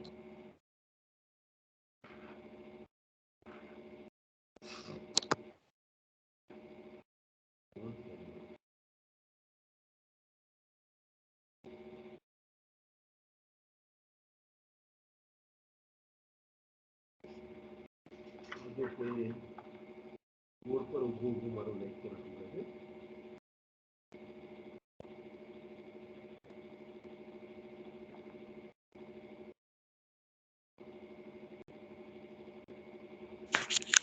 Sir છોકરો બહુ ડેડિકેટેડ છે.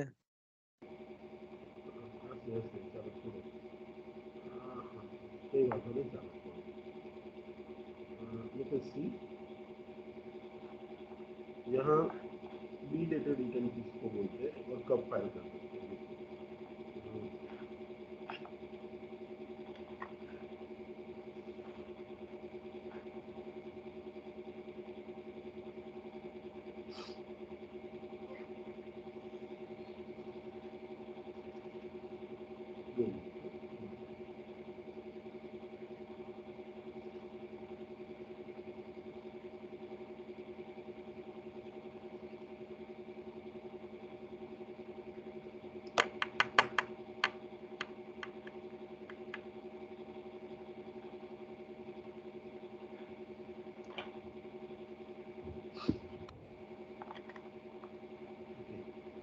Let's suppose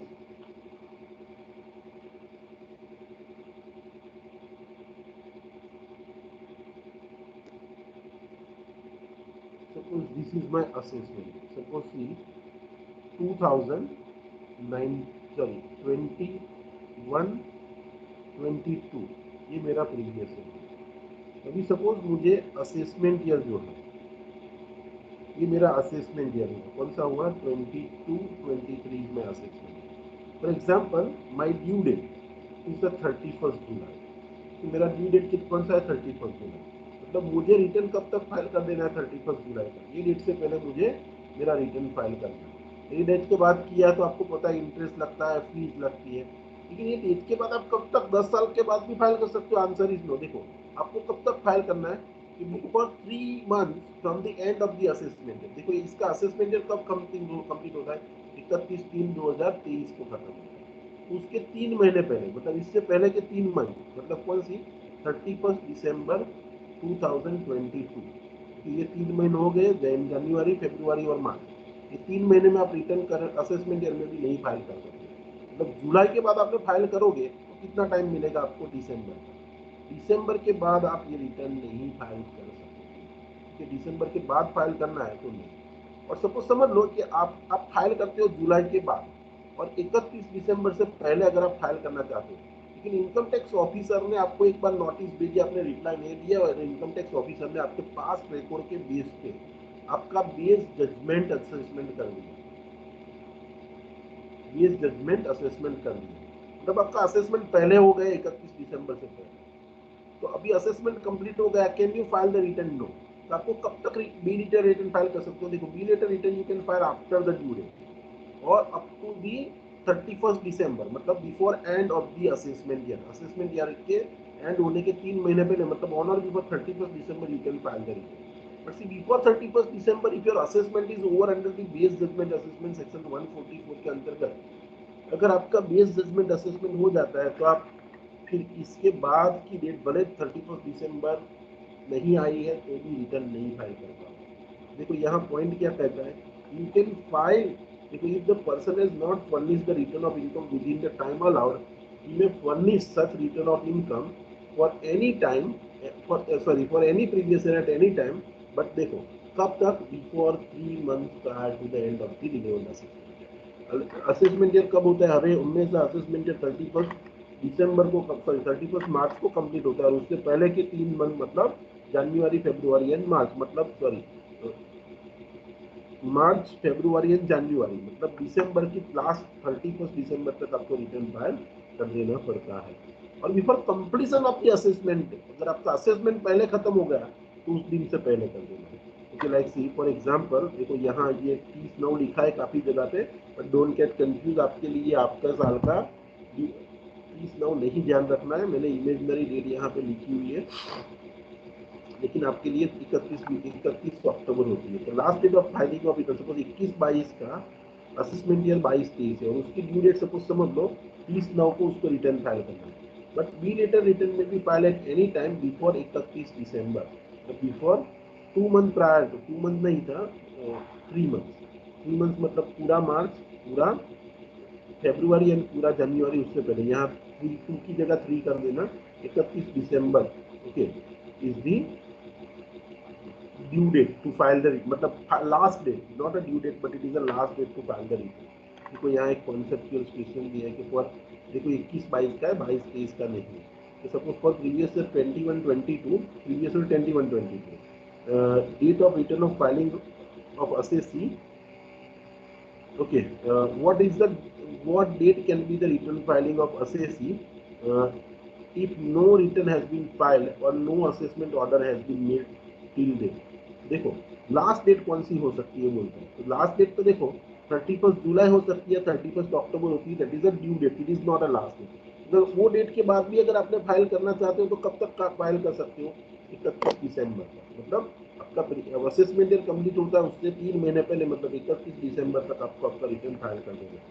okay, now see for the previous year 2022, 21-22 if the no return of income is filed और assessing officer ने आपका assessment कर दिया 25/12 को, मैंने क्या बोला था डेट 31/12, लेकिन उसने असेसमेंट आपका बेस जजमेंट के हिसाब से 25/12 को कंप्लीट कर दिया। Up to what date he can file the return? देखो he can file bilateral return can be filed before 3 months prior to the due date or before the date of completion of assessment whichever is earlier। तो यहाँ देखो 31 दिसंबर आपकी last date है, लेकिन उसने assessment आपका कर दिया 25 दिसंबर को, आपके लिए due date filing of return की कौन सी रहेगी, 25 दिसंबर। 25 दिसंबर के बाद भले आप बोलो कि सर 31 दिसंबर बाकी है, તમારું અસેસમેન્ટ થઈ ગયું છે, now you can not file the belated return. So belated return आप असेसमेंट ईयर में ड्यू डेट चली जाने के बाद आप फाइल कर सकते हो, but you can file on और before 31 December after the due date, और 31 दिसंबर से पहले आपको फाइल करना है। तो यहाँ लैंग्वेज क्या यूज किया, 3 months prior to the end of the assessment year, उनमें से असेसमेंट ईयर 31 मार्च को ही खत्म होता है, उसके आगे के 3 मंथ ले लो, मतलब 31 December is the last day to file. Okay, so see अभी next point of discussion is revise return. देखो आपका ना पहला रिटर्न जो है ओरिजिनल, अपने सपोज कोई रिटर्न है उसको ड्यू डेट के अंदर ही फाइल कर दिया, फाइल करने के बाद आपको पता चला रे यार ये गलती हो गई, can you file the revise return? तो answer is yes, you can revise. आपने पहला रिटर्न फाइल किया है टाइम पे, तो वो रिटर्न को आप रिवाइज कर सकते हो, लेकिन कब तक, वही डेट से याद रखना, ऑन और before 3 months, sorry, you're supposed you can revise the return, okay। तो आपका ओरिजिनल रिटर्न देखो, when the return can be revised, you can see when the return can be revised if the assessee has assessee an assessee after filing the return of income, मतलब उसने return of filing किया है, okay, original return उसने file किया है, okay, तो under section 139 उसने original return मतलब टाइम पे फाइल किया ओरिजिनल रिटर्न, ओके। और B if assessee is after file, और अगर उसने बी लेटर रिटर्न फाइल किया, अगर देखो उसने बी लेटर रिटर्न भी फाइल किया, ओके, एंड ही डिस्कवर मतलब असेसी ने या तो ये रिटर्न फाइल किया ओरिजिनल रिटर्न मतलब टाइम पे रिटर्न 139 सबसेक्शन 1 मतलब टाइम पे फाइल करने का रिटर्न उसको बोलते हैं ओरिजिनल रिटर्न, या तो फिर आपने ओरिजिनल रिटर्न नहीं फाइल किया लेकिन आपने डेट के बाद फाइल किया उसको बोलते हैं बी लेटर रिटर्न, मतलब आपने ओरिजिनल और बी लेटर रिटर्न में से कोई भी रिटर्न एक फाइल किया और after filing you discover any emission और ओमिशन और the wrong statement in the return file, he may file the revise return, वो रिटर्न रिवाइज कर सकता है लेकिन उसको कौन से टाइम में रिवाइज कर देना है, देखो time limit to revise the return, तो such revise return can be filed at any time, इसमें दोनों में से अर्लियर देना है, वही टाइम था आपको मैंने बताया वही before 3 months prior to the end of the relevant assessment year or before completion of assessment under section 143 subsection 3, 143 subsection 3 मतलब देखो आपका स्क्रूटिनी असेसमेंट होता है, स्क्रूटिनी असेसमेंट मतलब आपने रिटर्न फाइल किया, इनकम टैक्स डिपार्टमेंट ने आपको नोटिस भेजी कि ये डॉक्यूमेंट आप प्रोड्यूस करो, प्रोड्यूस करने के बाद वो चेक करके अगर असेसमेंट करता है that is called scrutiny assessment, 143 subsection 3 में आता है। अगर आप कुछ नहीं जमा करा तो आपके पास रिकॉर्ड तो वो रिटर्न आपका असेसमेंट कर देता है, तो उसको बोलते हैं best judgement assessment, that is under section 144। तो अगर आपका स्क्रूटिनी या तो फिर 144 वाला असेसमेंट कंप्लीट हो उससे पहले या तो फिर 31 दिसंबर से पहले, क्योंकि ये दोनों में से जो अर्लियर डेट है उससे पहले आप रिटर्न रिवाइज कर सकते हो। नाउ सी यहाँ पे दूसरे कुछ पॉइंट लिखे गए कि if the return of income is filed by the assessee for the assessment year 2020-20 on 15 सितंबर 2020, देखो मतलब उसने ड्यू डेट से पहले फाइल कर दिया, तो 31 अक्टूबर को हम ड्यू डेट गिने तो उसने ये रिटर्न तो ओरिजिनल रिटर्न टाइम पे फाइल किया, afterward he discovered the mistake, he can file the revise return up to 31 December, मतलब देखो 3 महीने पहले एक असेसमेंट ईयर कंप्लीट होने के 3 महीने पहले मतलब 31 दिसंबर से पहले, या तो फिर उसका असेसमेंट कंप्लीट होने से पहले, क्योंकि उसने रिटर्न ही नहीं फाइल किया तो there is a possibility that आपका बेस जजमेंट असेसमेंट कर देंगे, तो अगर आपका असेसमेंट कंप्लीट होने से पहले आपको ये रिटर्न फाइल कर देना है, रिवाइज कर सकते हो, आप रिवाइज कर सकते हो। ओके, देखो कुछ चीजें ध्यान में रखनी है कि return of loss is deemed to be return of income, मतलब मैंने आपको बताया कि रिटर्न ऑफ लॉस और रिटर्न ऑफ इनकम में कोई डिफरेंस नहीं है, अगर आपने रिटर्न ऑफ इनकम की जगह रिटर्न ऑफ लॉस फाइल किया कैन बी रिवाइज, तो यहाँ आंसर दिया yes return of loss can be also revise. Now see if the original return of loss is revise as per, then the revised loss can be substituted with the original return of loss from the date of original return is filed, and such return revised of loss shall be deemed to be a file within the time limit under section 139 subsection 1, and the losses claimed in the revised return of loss can be carried forward। એટલે સમજી લો કે તમે સમજી લો કે પહેલું એક return of loss मैंने हमने अपना थोड़ी देर वक्त पहला જ કીધું કે જે પેલા લોસીસ છે business loss, speculative business, specified business, loss from owning and maintaining of horse races, capital loss, ये सब losses है, ये तब allowed to be carry forward है, and we have filed the return within the time limit, time limit के बाद अगर आप फाइल करोगे तो returns losses are not allowed to be carry forward। अभी आपने क्या किया है कि ओरिजिनल रिटर्न ऑफ लॉस आपने टाइम पे फाइल किया, फिर आपको पता चला कि यार इसमें मिस्टेक हो गई, और उसके बाद आप रिवाइज रिटर्न ड्यू डेट के बाद करते, तो can the losses are allowed to be carry forward, तो यहाँ पे आंसर क्या बोला है, अगर आप रिवाइज रिटर्न फाइल करते हो तो revise return will replace the old return, आपने जो ओरिजिनल फाइल किया वो निकल जाएगा सिस्टम में से और ये नया आपने रिवाइज करके फाइल किया वो सिस्टम में आ जाएगा, बट स्टिल आपने बोला कि भाई 31 मतलब आपकी जो डेट है उसके बाद भी आपने रिवाइज किया है और 31 दिसंबर से पहले रिवाइज किया है, the losses are deemed to be मतलब return is deemed to be file within the time limit, ऐसा मान लिया जाएगा रिटर्न टाइम पे ही फाइल किया क्योंकि आपने ओरिजिनल टाइम पे फाइल किया, बाद में मिस्टेक पता चला, तो इसीलिए तो losses will be allowed to be carry forward. Okay, revise return substitute the original return, suppose समझ लो मैंने एक रिटर्न फाइल किया सिस्टम में, अभी ऑनलाइन प्रोसेस ही है, अभी रिवाइज फाइल करता हूँ तो क्या हो जाएगा, ओरिजिनल रिटर्न सिस्टम में से निकल जाएगा और ये रिवाइज वाला उसकी जगह ले लेगा, वो सब्स्टिट्यूट कर देता है, पूरा बदल देता है। There is no provision in the Income Tax Act to enable the assessor to revise the income by filing the revised statement of income to the assessing officer. This option is available to the assessee file the revised। मतलब देखो income tax में क्या बोला है कि there is no provision in the income tax act to enable the assessee to revise his income by filing the revised statement of income to the assessing officer. They have an option available only to file the revised return. मतलब समझ लो आप बोलो कि सब મારે revise return નથી file કરવાનો, પણ જ્યારે હું નથી કરવાનો પણ મારી આ ભૂલ થઈ છે ને એના માટે હું અસેસિંગ ઓફિસરને એક ઇન્કમ સ્ટેટમેન્ટ આપી દઉં કે this is my new income, I have filed the return in which I have sold the wrong income, तो kindly accept this my new income. तो असेसिंग ऑफिसर को आप स्टेटमेंट दे दोगे तो उससे रिवाइज आपका इनकम चेंज नहीं होगा, आपका रिटर्न रिवाइज नहीं होगा, आपको रिटर्न रिवाइज करने के लिए रिवाइज रिटर्न ही फाइल करना पड़ेगा। तो मतलब आपने बी लेटर रिटर्न फाइल किया है, बी लेटर मतलब after due date, can you revise?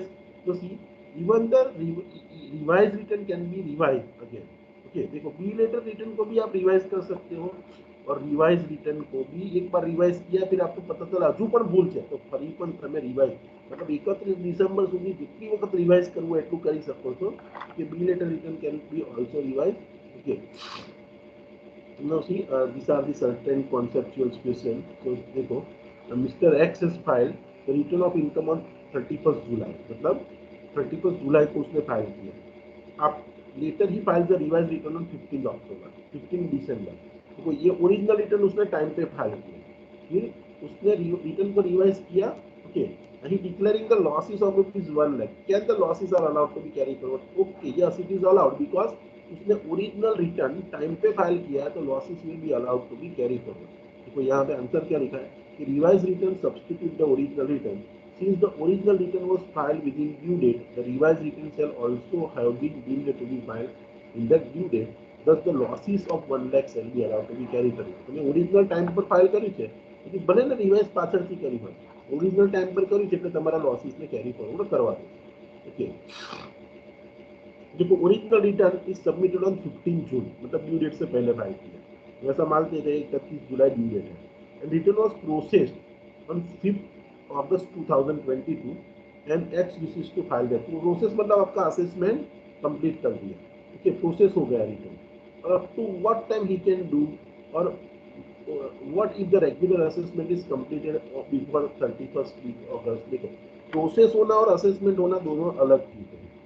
Process क्या होता है कि आपने रिटर्न ऑनलाइन फाइल किया, इनकम टैक्स की जो वेबसाइट पे जो सिस्टम होती है उसको प्रोसेस करके उसको असेसिंग ऑफिसर तक पहुंचा देती है, उसको बोलते हैं return is process. Okay, process होना does not mean that assessment is over. Okay, तो प्रोसेस हो गया उसके बाद भी आप रिवाइज कर सकते हो, तो आंसर इज यस। देखो he can file the revise return, processing of return मतलब प्रोसेसिंग रिटर्न हो गया है तो भी वो कर सकता है। Okay, and it is not treated में एज असेसमेंट। हाँ, लेकिन वो असेसमेंट कंप्लीट होने के बाद रिवाइज नहीं कर सकता। Revise return can be filed at any time before 3 months prior to the end of the assessment year, मतलब ऑन और बिफोर 31 दिसंबर आप कभी भी रिवाइज रिटर्न कर सकते हो। हाँ, लेकिन आपका 31 दिसंबर को असेसमेंट कंप्लीट हो गया तो कैन यू रिवाइज, मैंने आपको 2 डेट बताई, ये दोनों में से जो अर्लियर है, अगर आपका असेसमेंट पहले खत्म हो गया there is no scope of revision. Okay, so in case if the revise return, in this case revised return can be filed before completion of assessment। okay, તો એક જો તમારું 30 આવે, અહીંયા તારીખમાં મિસ્ટેક છે કે અહીંયા 31 લખી છે, 30 લખી છે, એટલે એક વખત અસેસમેન્ટ કમ્પ્લીટ થઈ જાય પછી તમે રિવાઇઝ નહીં કરી શકો। Okay, now see how many times return can be revise. तो मैंने बोला कि आप 31 दिसंबर से पहले या असेसमेंट कंप्लीट होने से पहले जितनी भी बार रिवाइज करना चाहते हो आप कर सकते हो। Any number of time you can revise the return. Okay, can the return file with in the time extended by the CBDT revise. कभी कभी क्या होता है इनकम टैक्स की वेबसाइट नहीं चलती, साइट पे कुछ लफड़ा हुआ तो आपकी ड्यू डेट थी सपोज 31 अक्टूबर, फिर गवर्नमेंट ने बढ़ा के कर दिए 15 नवंबर, 15 दिन का एक्सटेंशन दिया, तो there is a date extended by the CBDT. तो अभी इस साल के लिए आपकी ड्यू डेट कौन सी हो जाएगी, एक्सटेंडेड डेट हो जाएगी। तो एक्सटेंडेड डेट में अगर आपने फाइल किया हुआ रिटर्न है कैन यू रिवाइज। तो देखो yes the return file within the extended time limit is deemed to be filed within time। देखो फाइल टाइम पे किया है तो इसको रिवाइज कर सकते हो। Even belated return can be also revise, मैंने आपको बताया explain in a brief reason whether the ROI can be revised in the following cases। Belated return revise कर सकते, तो मैंने आपको बताया वो कर सकते हैं। रिटर्न ऑलरेडी रिवाइज वंस, एक बार रिटर्न रिवाइज हुआ तो दूसरी बार रिवाइज कर सकते हो, यस। रिटर्न ऑफ लॉस को रिवाइज कर सकते हो, आंसर इज यस। तीनों के आंसर यस हो गए, मैं नहीं कर रहा हूँ। ठीक है। अब आपको ये तीनों मैंने यहाँ पे बता दिए, वही चीज का क्वेश्चन बोला है, तो मैंने आंसर ले लिया। Now the next point is the defective return. देखो डिफेक्टिव रिटर्न किसको कहोगे, तो this is also one of the point, what is the defective return. देखो डिफेक्टिव रिटर्न मतलब आपने रिटर्न ऑनलाइन फाइल कर दी, ठीक है, तो फिर असेसिंग ऑफिसर उसके साइड से कुछ गलती निकालता है कि भाई ये चीज आपको लिखनी थी, आपने नहीं लिखी, तो वो रिटर्न को बोला जाता है डिफेक्टिव रिटर्न। और वो डिफॉल्ट कौन निकालता है, देखो अभी पहले क्या होता था, ऑफलाइन जब फाइल करते थे तो ફોર્મમાં બે ચાર જગ્યાએ કશું ના લખ્યું હોય અને તમે ઇન્કમ ટેક્સ ડિપાર્ટમેન્ટને આપો તો લઈ લે।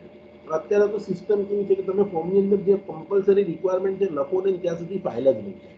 એટલે જે ક્લેરિકલ મિસ્ટેક્સ જે થશે ને એ તો તમે પાછળથી રિવાઇઝ કરી શકો। પણ સપોઝ તમે કોઈ રિટર્ન ફાઇલ કરી છે તમારી કોઈ ડોક્યુમેન્ટ અટેચ કરવાનો નથી કર્યો, કોઈ જગ્યાએ કોઈ ઇન્ફોર્મેશન લખવાની જગ્યાએ તમે ઝીરો લીધો લખી દીધો, યસની જગ્યાએ નો કરી દીધું, ઇન્કમ ટેક્સ ઓફિસરને એવું ખબર પડે કે યાર આ રિટર્નમાં કંઈક લોચો છે, તો એ તમને એવું કહી શકશે અસેસિંગ ઓફિસર કે યુ ફાઇલ मतलब योर रिटर्न इज डिफेक्टिव, તમારું રિટર્ન ડિફેક્ટિવ છે, તો you are suppose to make the correction. Related sorry revise રિટર્નમાં તમને જાતે જ તમારી ભૂલ ખબર પડે છે અને તમે રિવાઇઝ કરો, ओके। लेकिन डिफेक्टिव रिटर्न क्या होता है, देखो assessing officer has a power to call upon the assessee to rectify the defective return. Defective return किसको कहोगे, जो रिटर्न के अंदर डिफेक्ट्स है, ओके। तो डिफेक्ट्स मतलब कुछ, देखो डिफेक्ट किसको कहा जाता है, देखो ये पॉइंट लिखा है यहाँ के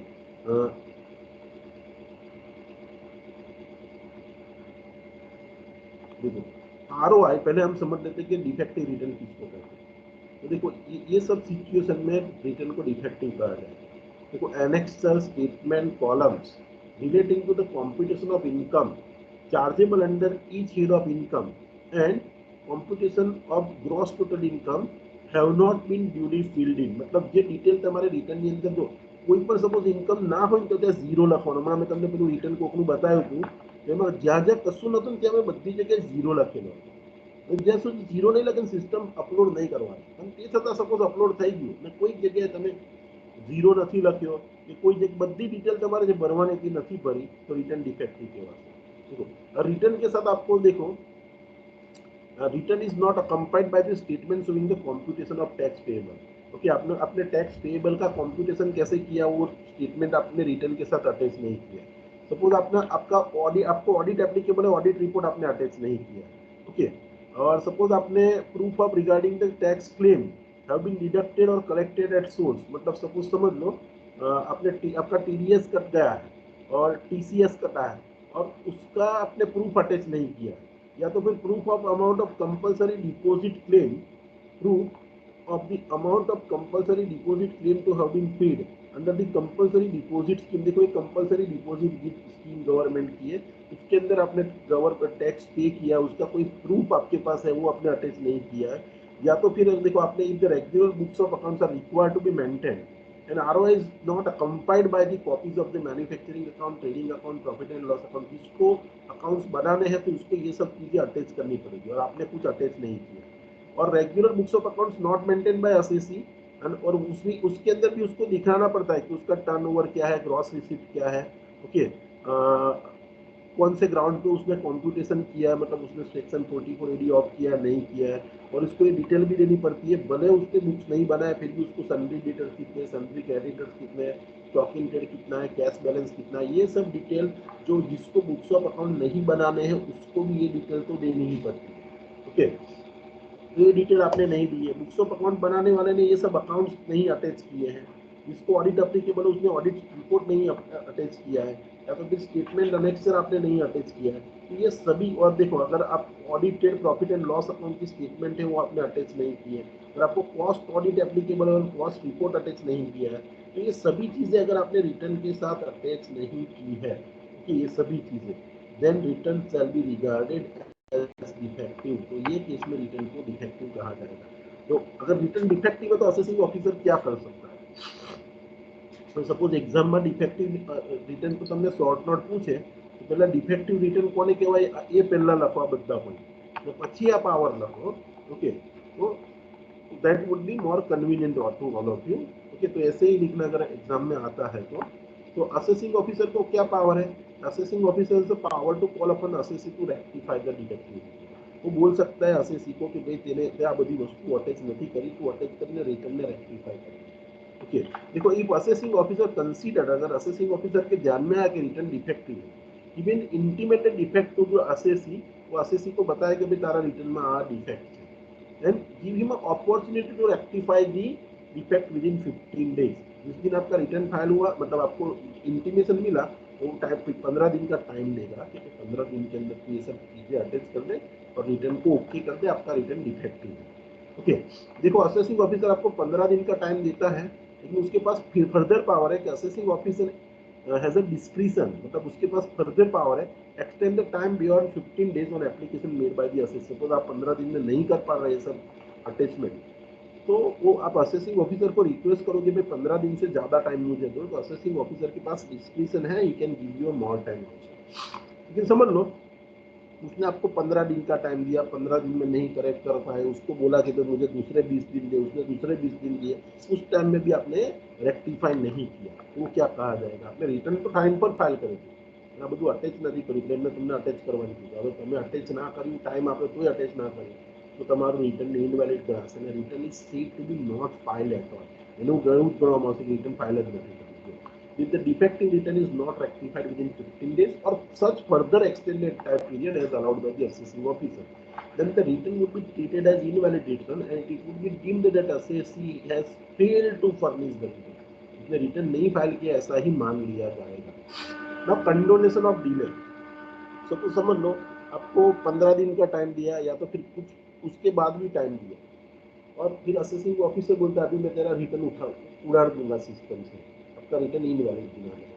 तो वो केस में अगर 15 दिन के बाद भी आपको लगता है या 15 दिन के बाद भी एडिशनल टाइम दिया उसमें भी आपको लगता है कि भाई मेरे से नहीं हो पाएगा, और उसके बाद ओके, और असेसमेंट होने से पहले जो टाइम दिया है आपको 15 दिन का और उसके बाद कुछ दूसरा टाइम, उसके बाद और असेसमेंट होने से पहले अगर आप एक रिटर्न को वैलिड कर देते हो और जब असेसिंग ऑफिसर को आप रिक्वेस्ट करते हो कि मेरे से जो डिले हुआ है वो कंडोन करो, कंडोन मतलब जो माराથી મોડું થયું છે એની માફી માંગો, तो assessing officer is further power, he can condone your delay and he may consider your return as a valid return. Okay? assessing officer को ये भी पावर दिया है. तो डिफेक्टिव रिटर्न किसको कहते हैं वो बोला और उसको कैसे आप रेक्टिफाई कर सकते हैं वो भी आपको बोला. ठीक है, अभी देखो ये रिटर्न के सभी पॉइंट खत्म हो गए. रिटर्न और types of the return I have discuss with you. Compulsory return under section 139, फिर हमने देखा return of loss, return of belated return हमने देखा, रिवाइज रिटर्न देखा. We have also discussed the defective return. Okay, now the last point is the, sorry दूसरे दो point है छोटे छोटे. सेल्फ असेसमेंट टैक्स, देखो ये असेसमेंट नहीं है, सेल्फ असेसमेंट टैक्स मैंने आपको बताया कि सेल्फ असेसमेंट टैक्स किसको कहते हैं. आपका प्रीवियस ईयर खत्म होता है, प्रीवियस ईयर खत्म होने के बाद और असेसमेंट ईयर में आपको ड्यू डेट से पहले आपको रिटर्न फाइल करना है. तो उसके अंदर जो भी इनकम आप दिखाओगे, जो इनकम टैक्स का कॉम्प्यूटेशन करोगे आप खुद या आपके कंसल्टेंट के थ्रू आप करो, यहाँ इनकम टैक्स अथॉरिटी इन्वॉल्व नहीं होगी, मतलब आप खुद ही कर रहे हो या आपके कंसल्टेंट के थ्रू करवा रहे हो. तो ये आप अपने आप जो टैक्स कैलकुलेट करते हो उसको बोला जाता है सेल्फ असेसमेंट टैक्स. ओके, तो देखो payment of tax interest and fees before filing of return of income. देखो इनकम टैक्स एक्ट का प्रोविजन ये कहता है कि payment of tax interest and fees before due date of filing of return. So if tax is payable on the basis of total income, okay, so such tax shall be paid by the assessee himself after taking the credit of the tax already paid or TCS paid or advance tax paid. ये सब less करने के बाद जो भी tax है उसको कब तक पे करना है? Before filing of return. Okay, और सी अगर उसको कोई इंटरेस्ट पे करना है 234 ABC में, तो वो भी वो रिटर्न फाइल करने से पहले टैक्स पे करेगा.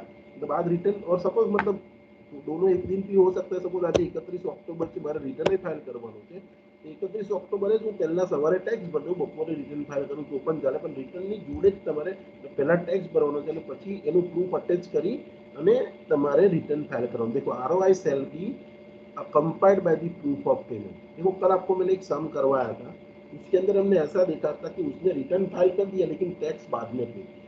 देखो वो एक इमेजिनेशन था, ओके, जिसके अंदर मैंने वो सब 2 बार गिना, हमें कंफ्यूज हुआ था वो वाला सब। ओके, तो उसमें क्या होता था, आपने रिटर्न पहले फाइल कर दिया और उसके बाद आपने कुछ टैक्स पे किया। तो ये प्रैक्टिकली अगर देखने जाए तो वो पॉसिबल नहीं है, ठीक है।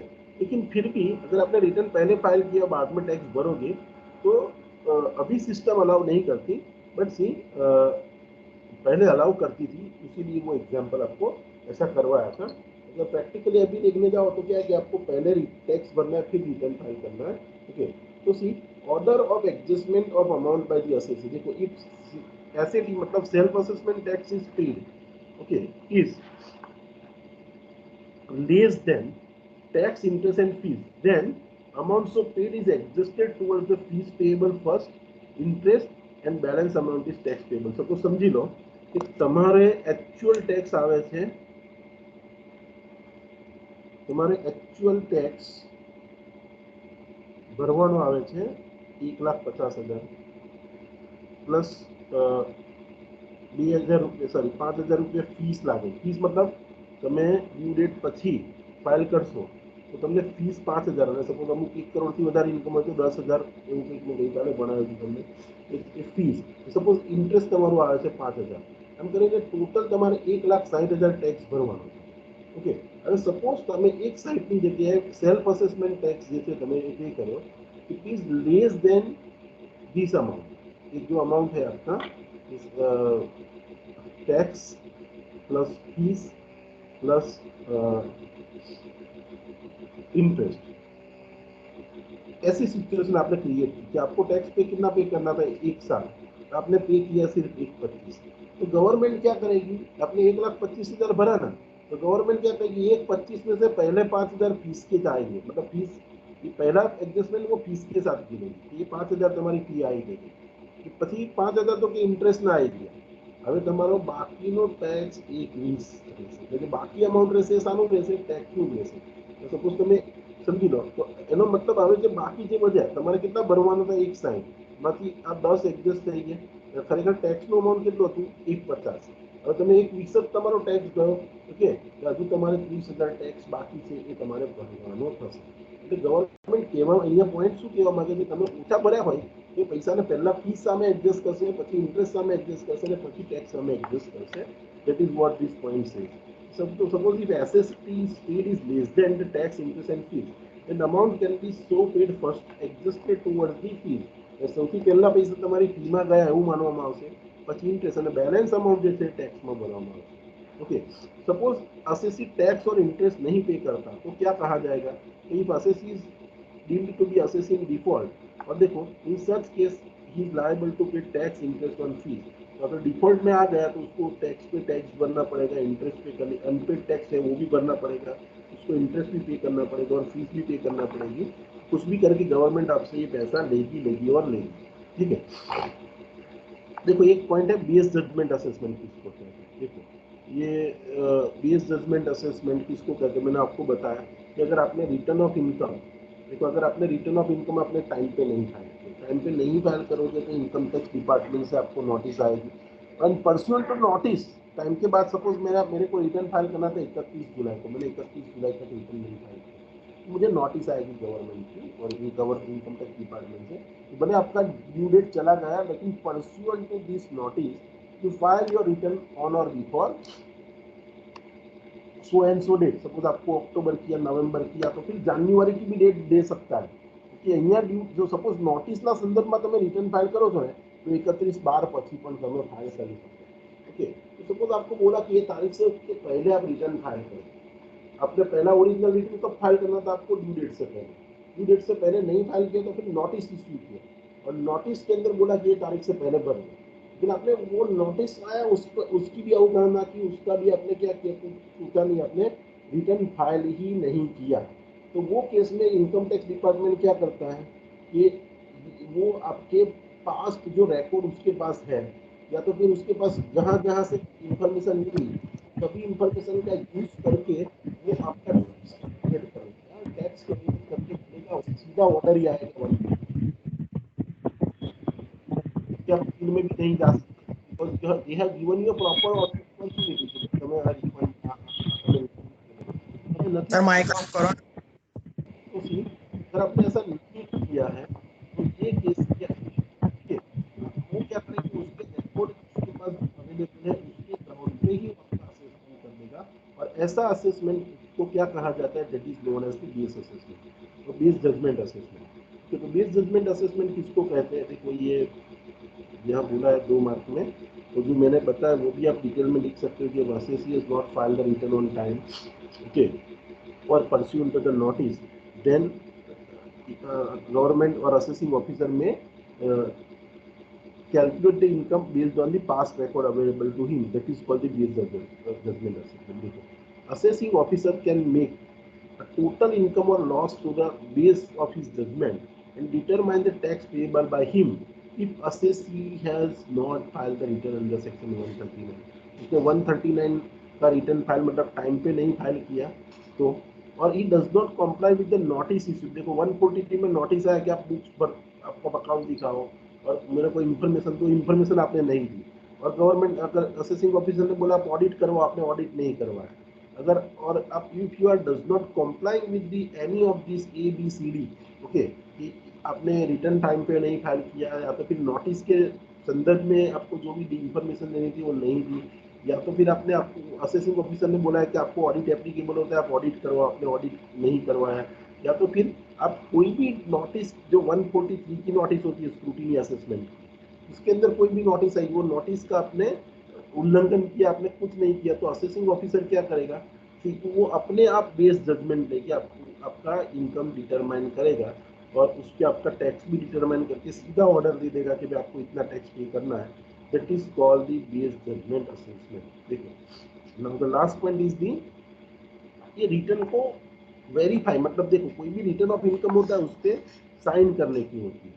अभी ऑनलाइन है तो साइन कैसे करेंगे, तो अभी तो ओटीपी से वेरीफाई होता है, ओके, तो मैंने रिटर्न फाइल किया, मेरा आधार के साथ मेरा रिटर्न लिंक है, तो मुझे ओटीपी आएगा और ओटीपी से कर सकता हूँ, या तो फिर मैं डिजिटल सिग्नेचर ये मेरे रिटर्न पे अटैच करके मेरा रिटर्न वेरीफाई कर सकता हूँ। मतलब आप रिटर्न फाइल करते हो तो रिटर्न फाइल से भले आपका सीए कर रहा है लेकिन ओटीपी आपको आएगा, आपसे मांगेगा और फिर आपका रिटर्न वेरीफाई होगा, या तो फिर आपकी डिजिटल सिग्नेचर लगा कि वो रिटर्न फाइल करेगा, that is called verification.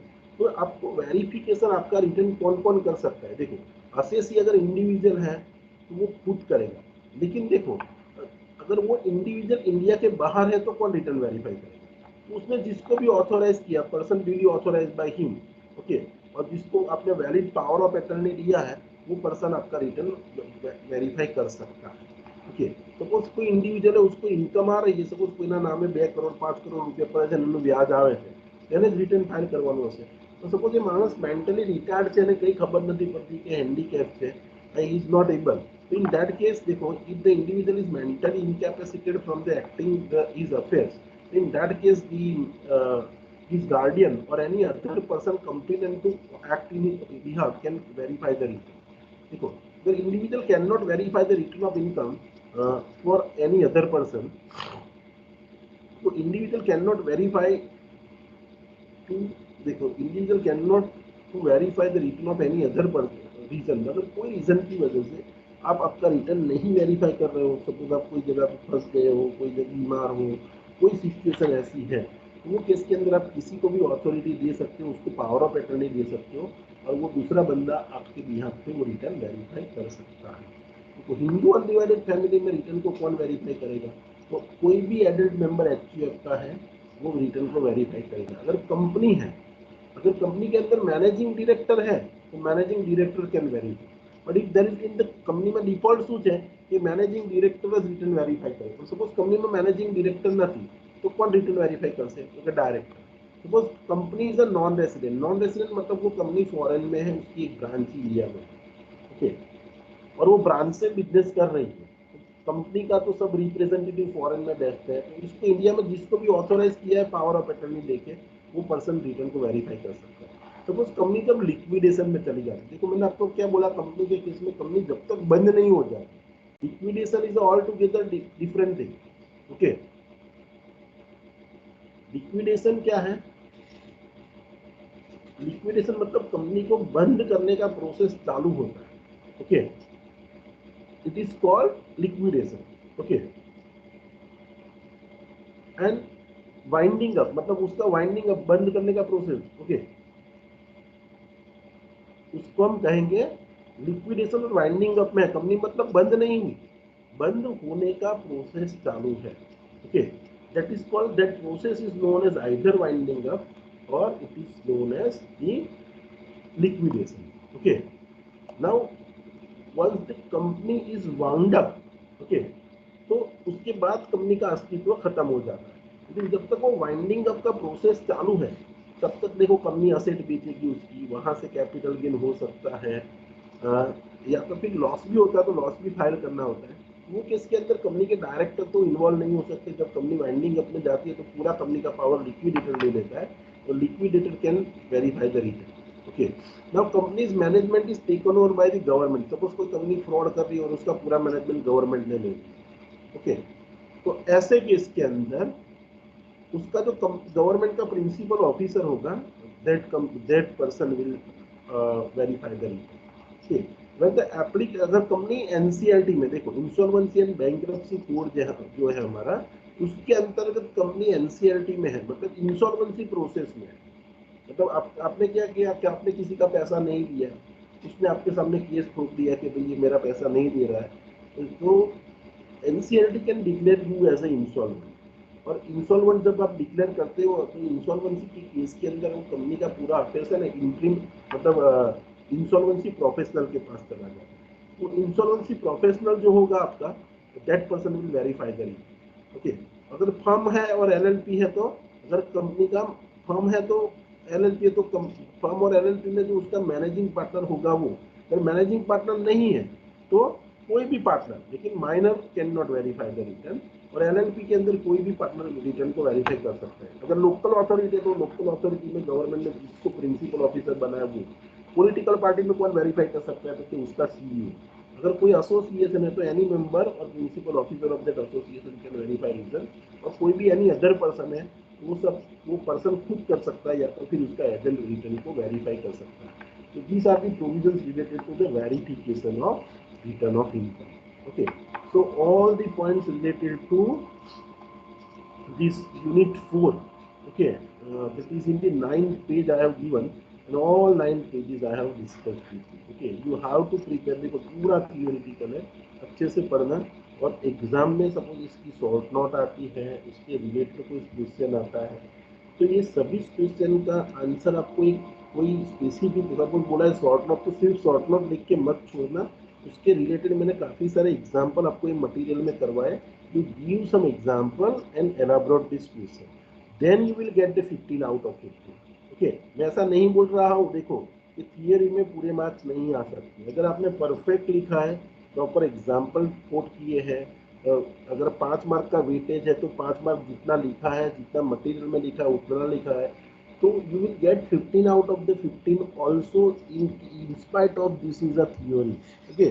So it is my humble request कि जिसने 40 out of 40 किया है, या तो फिर those who want to score more, क्योंकि आपका एक पूरा सब्जेक्ट प्रैक्टिकल है और एक यूनिट थियोरी आ गया, मतलब आपका 15 मार्क का थियोरी आ गया। 15 में से आधे कट जाए जनरली थियोरी में, अगर आपने अच्छा नहीं लिखा है तो आपके मार्क्स कटेंगे। तो इसीलिए ये थियोरी को भी लाइटली मत लेना। बाकी सब जितना पीजीबीटी को मैंने 15 मार्क के लिए आपको पढ़ा है पूरा सेमिस्टर, उतना ही वेटेज ये एक लेक्चर का भी है, ठीक है।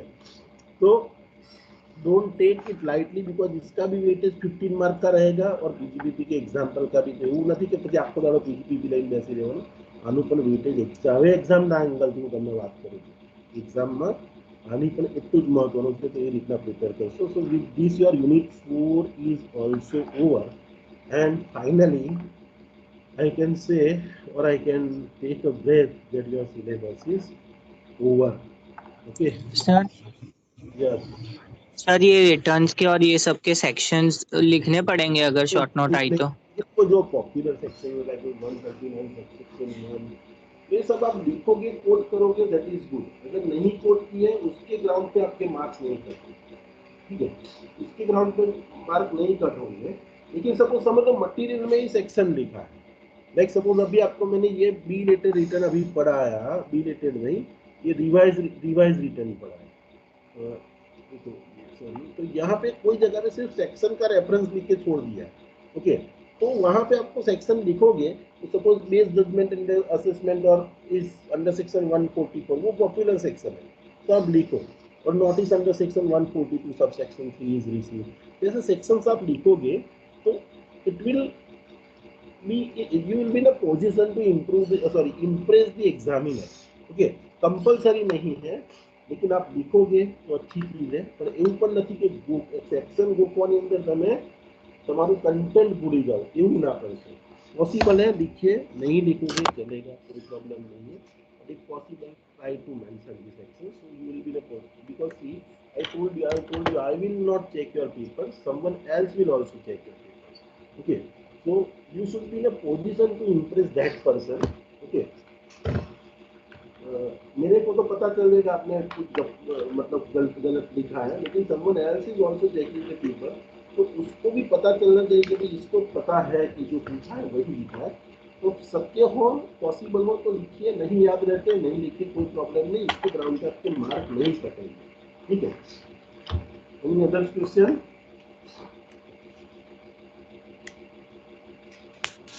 सर इनकम टैक्स ऑथोरिटी આજમાં તો वाला नहीं है.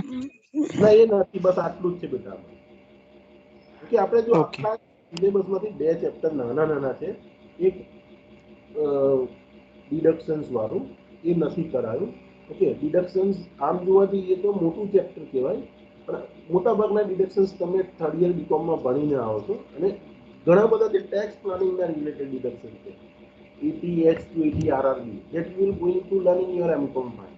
ओके, तो यहाँ पे डिडक्शन बहुत कम, मुझे वही टीवाई वाले रिपीट करने थे, और you already have learn. TY BCom में आप वो फाइनेंशियल मैनेजमेंट में पढ़ते हो, और वही डिडक्शंस आपने सेकेंड ईयर बीकॉम में भी ATC, ATD, ATPPA ये सब पढ़ा हुआ. तो that provisions are not covered, and ये income tax authorities are not that much important, पूरा थियोरी है, तो वो मैंने स्किप किया है. 2 point considering this time constant is care. Okay, तो आपको इतना ही करना है. क्लियर? Yes sir. ठीक है. Now any other questions?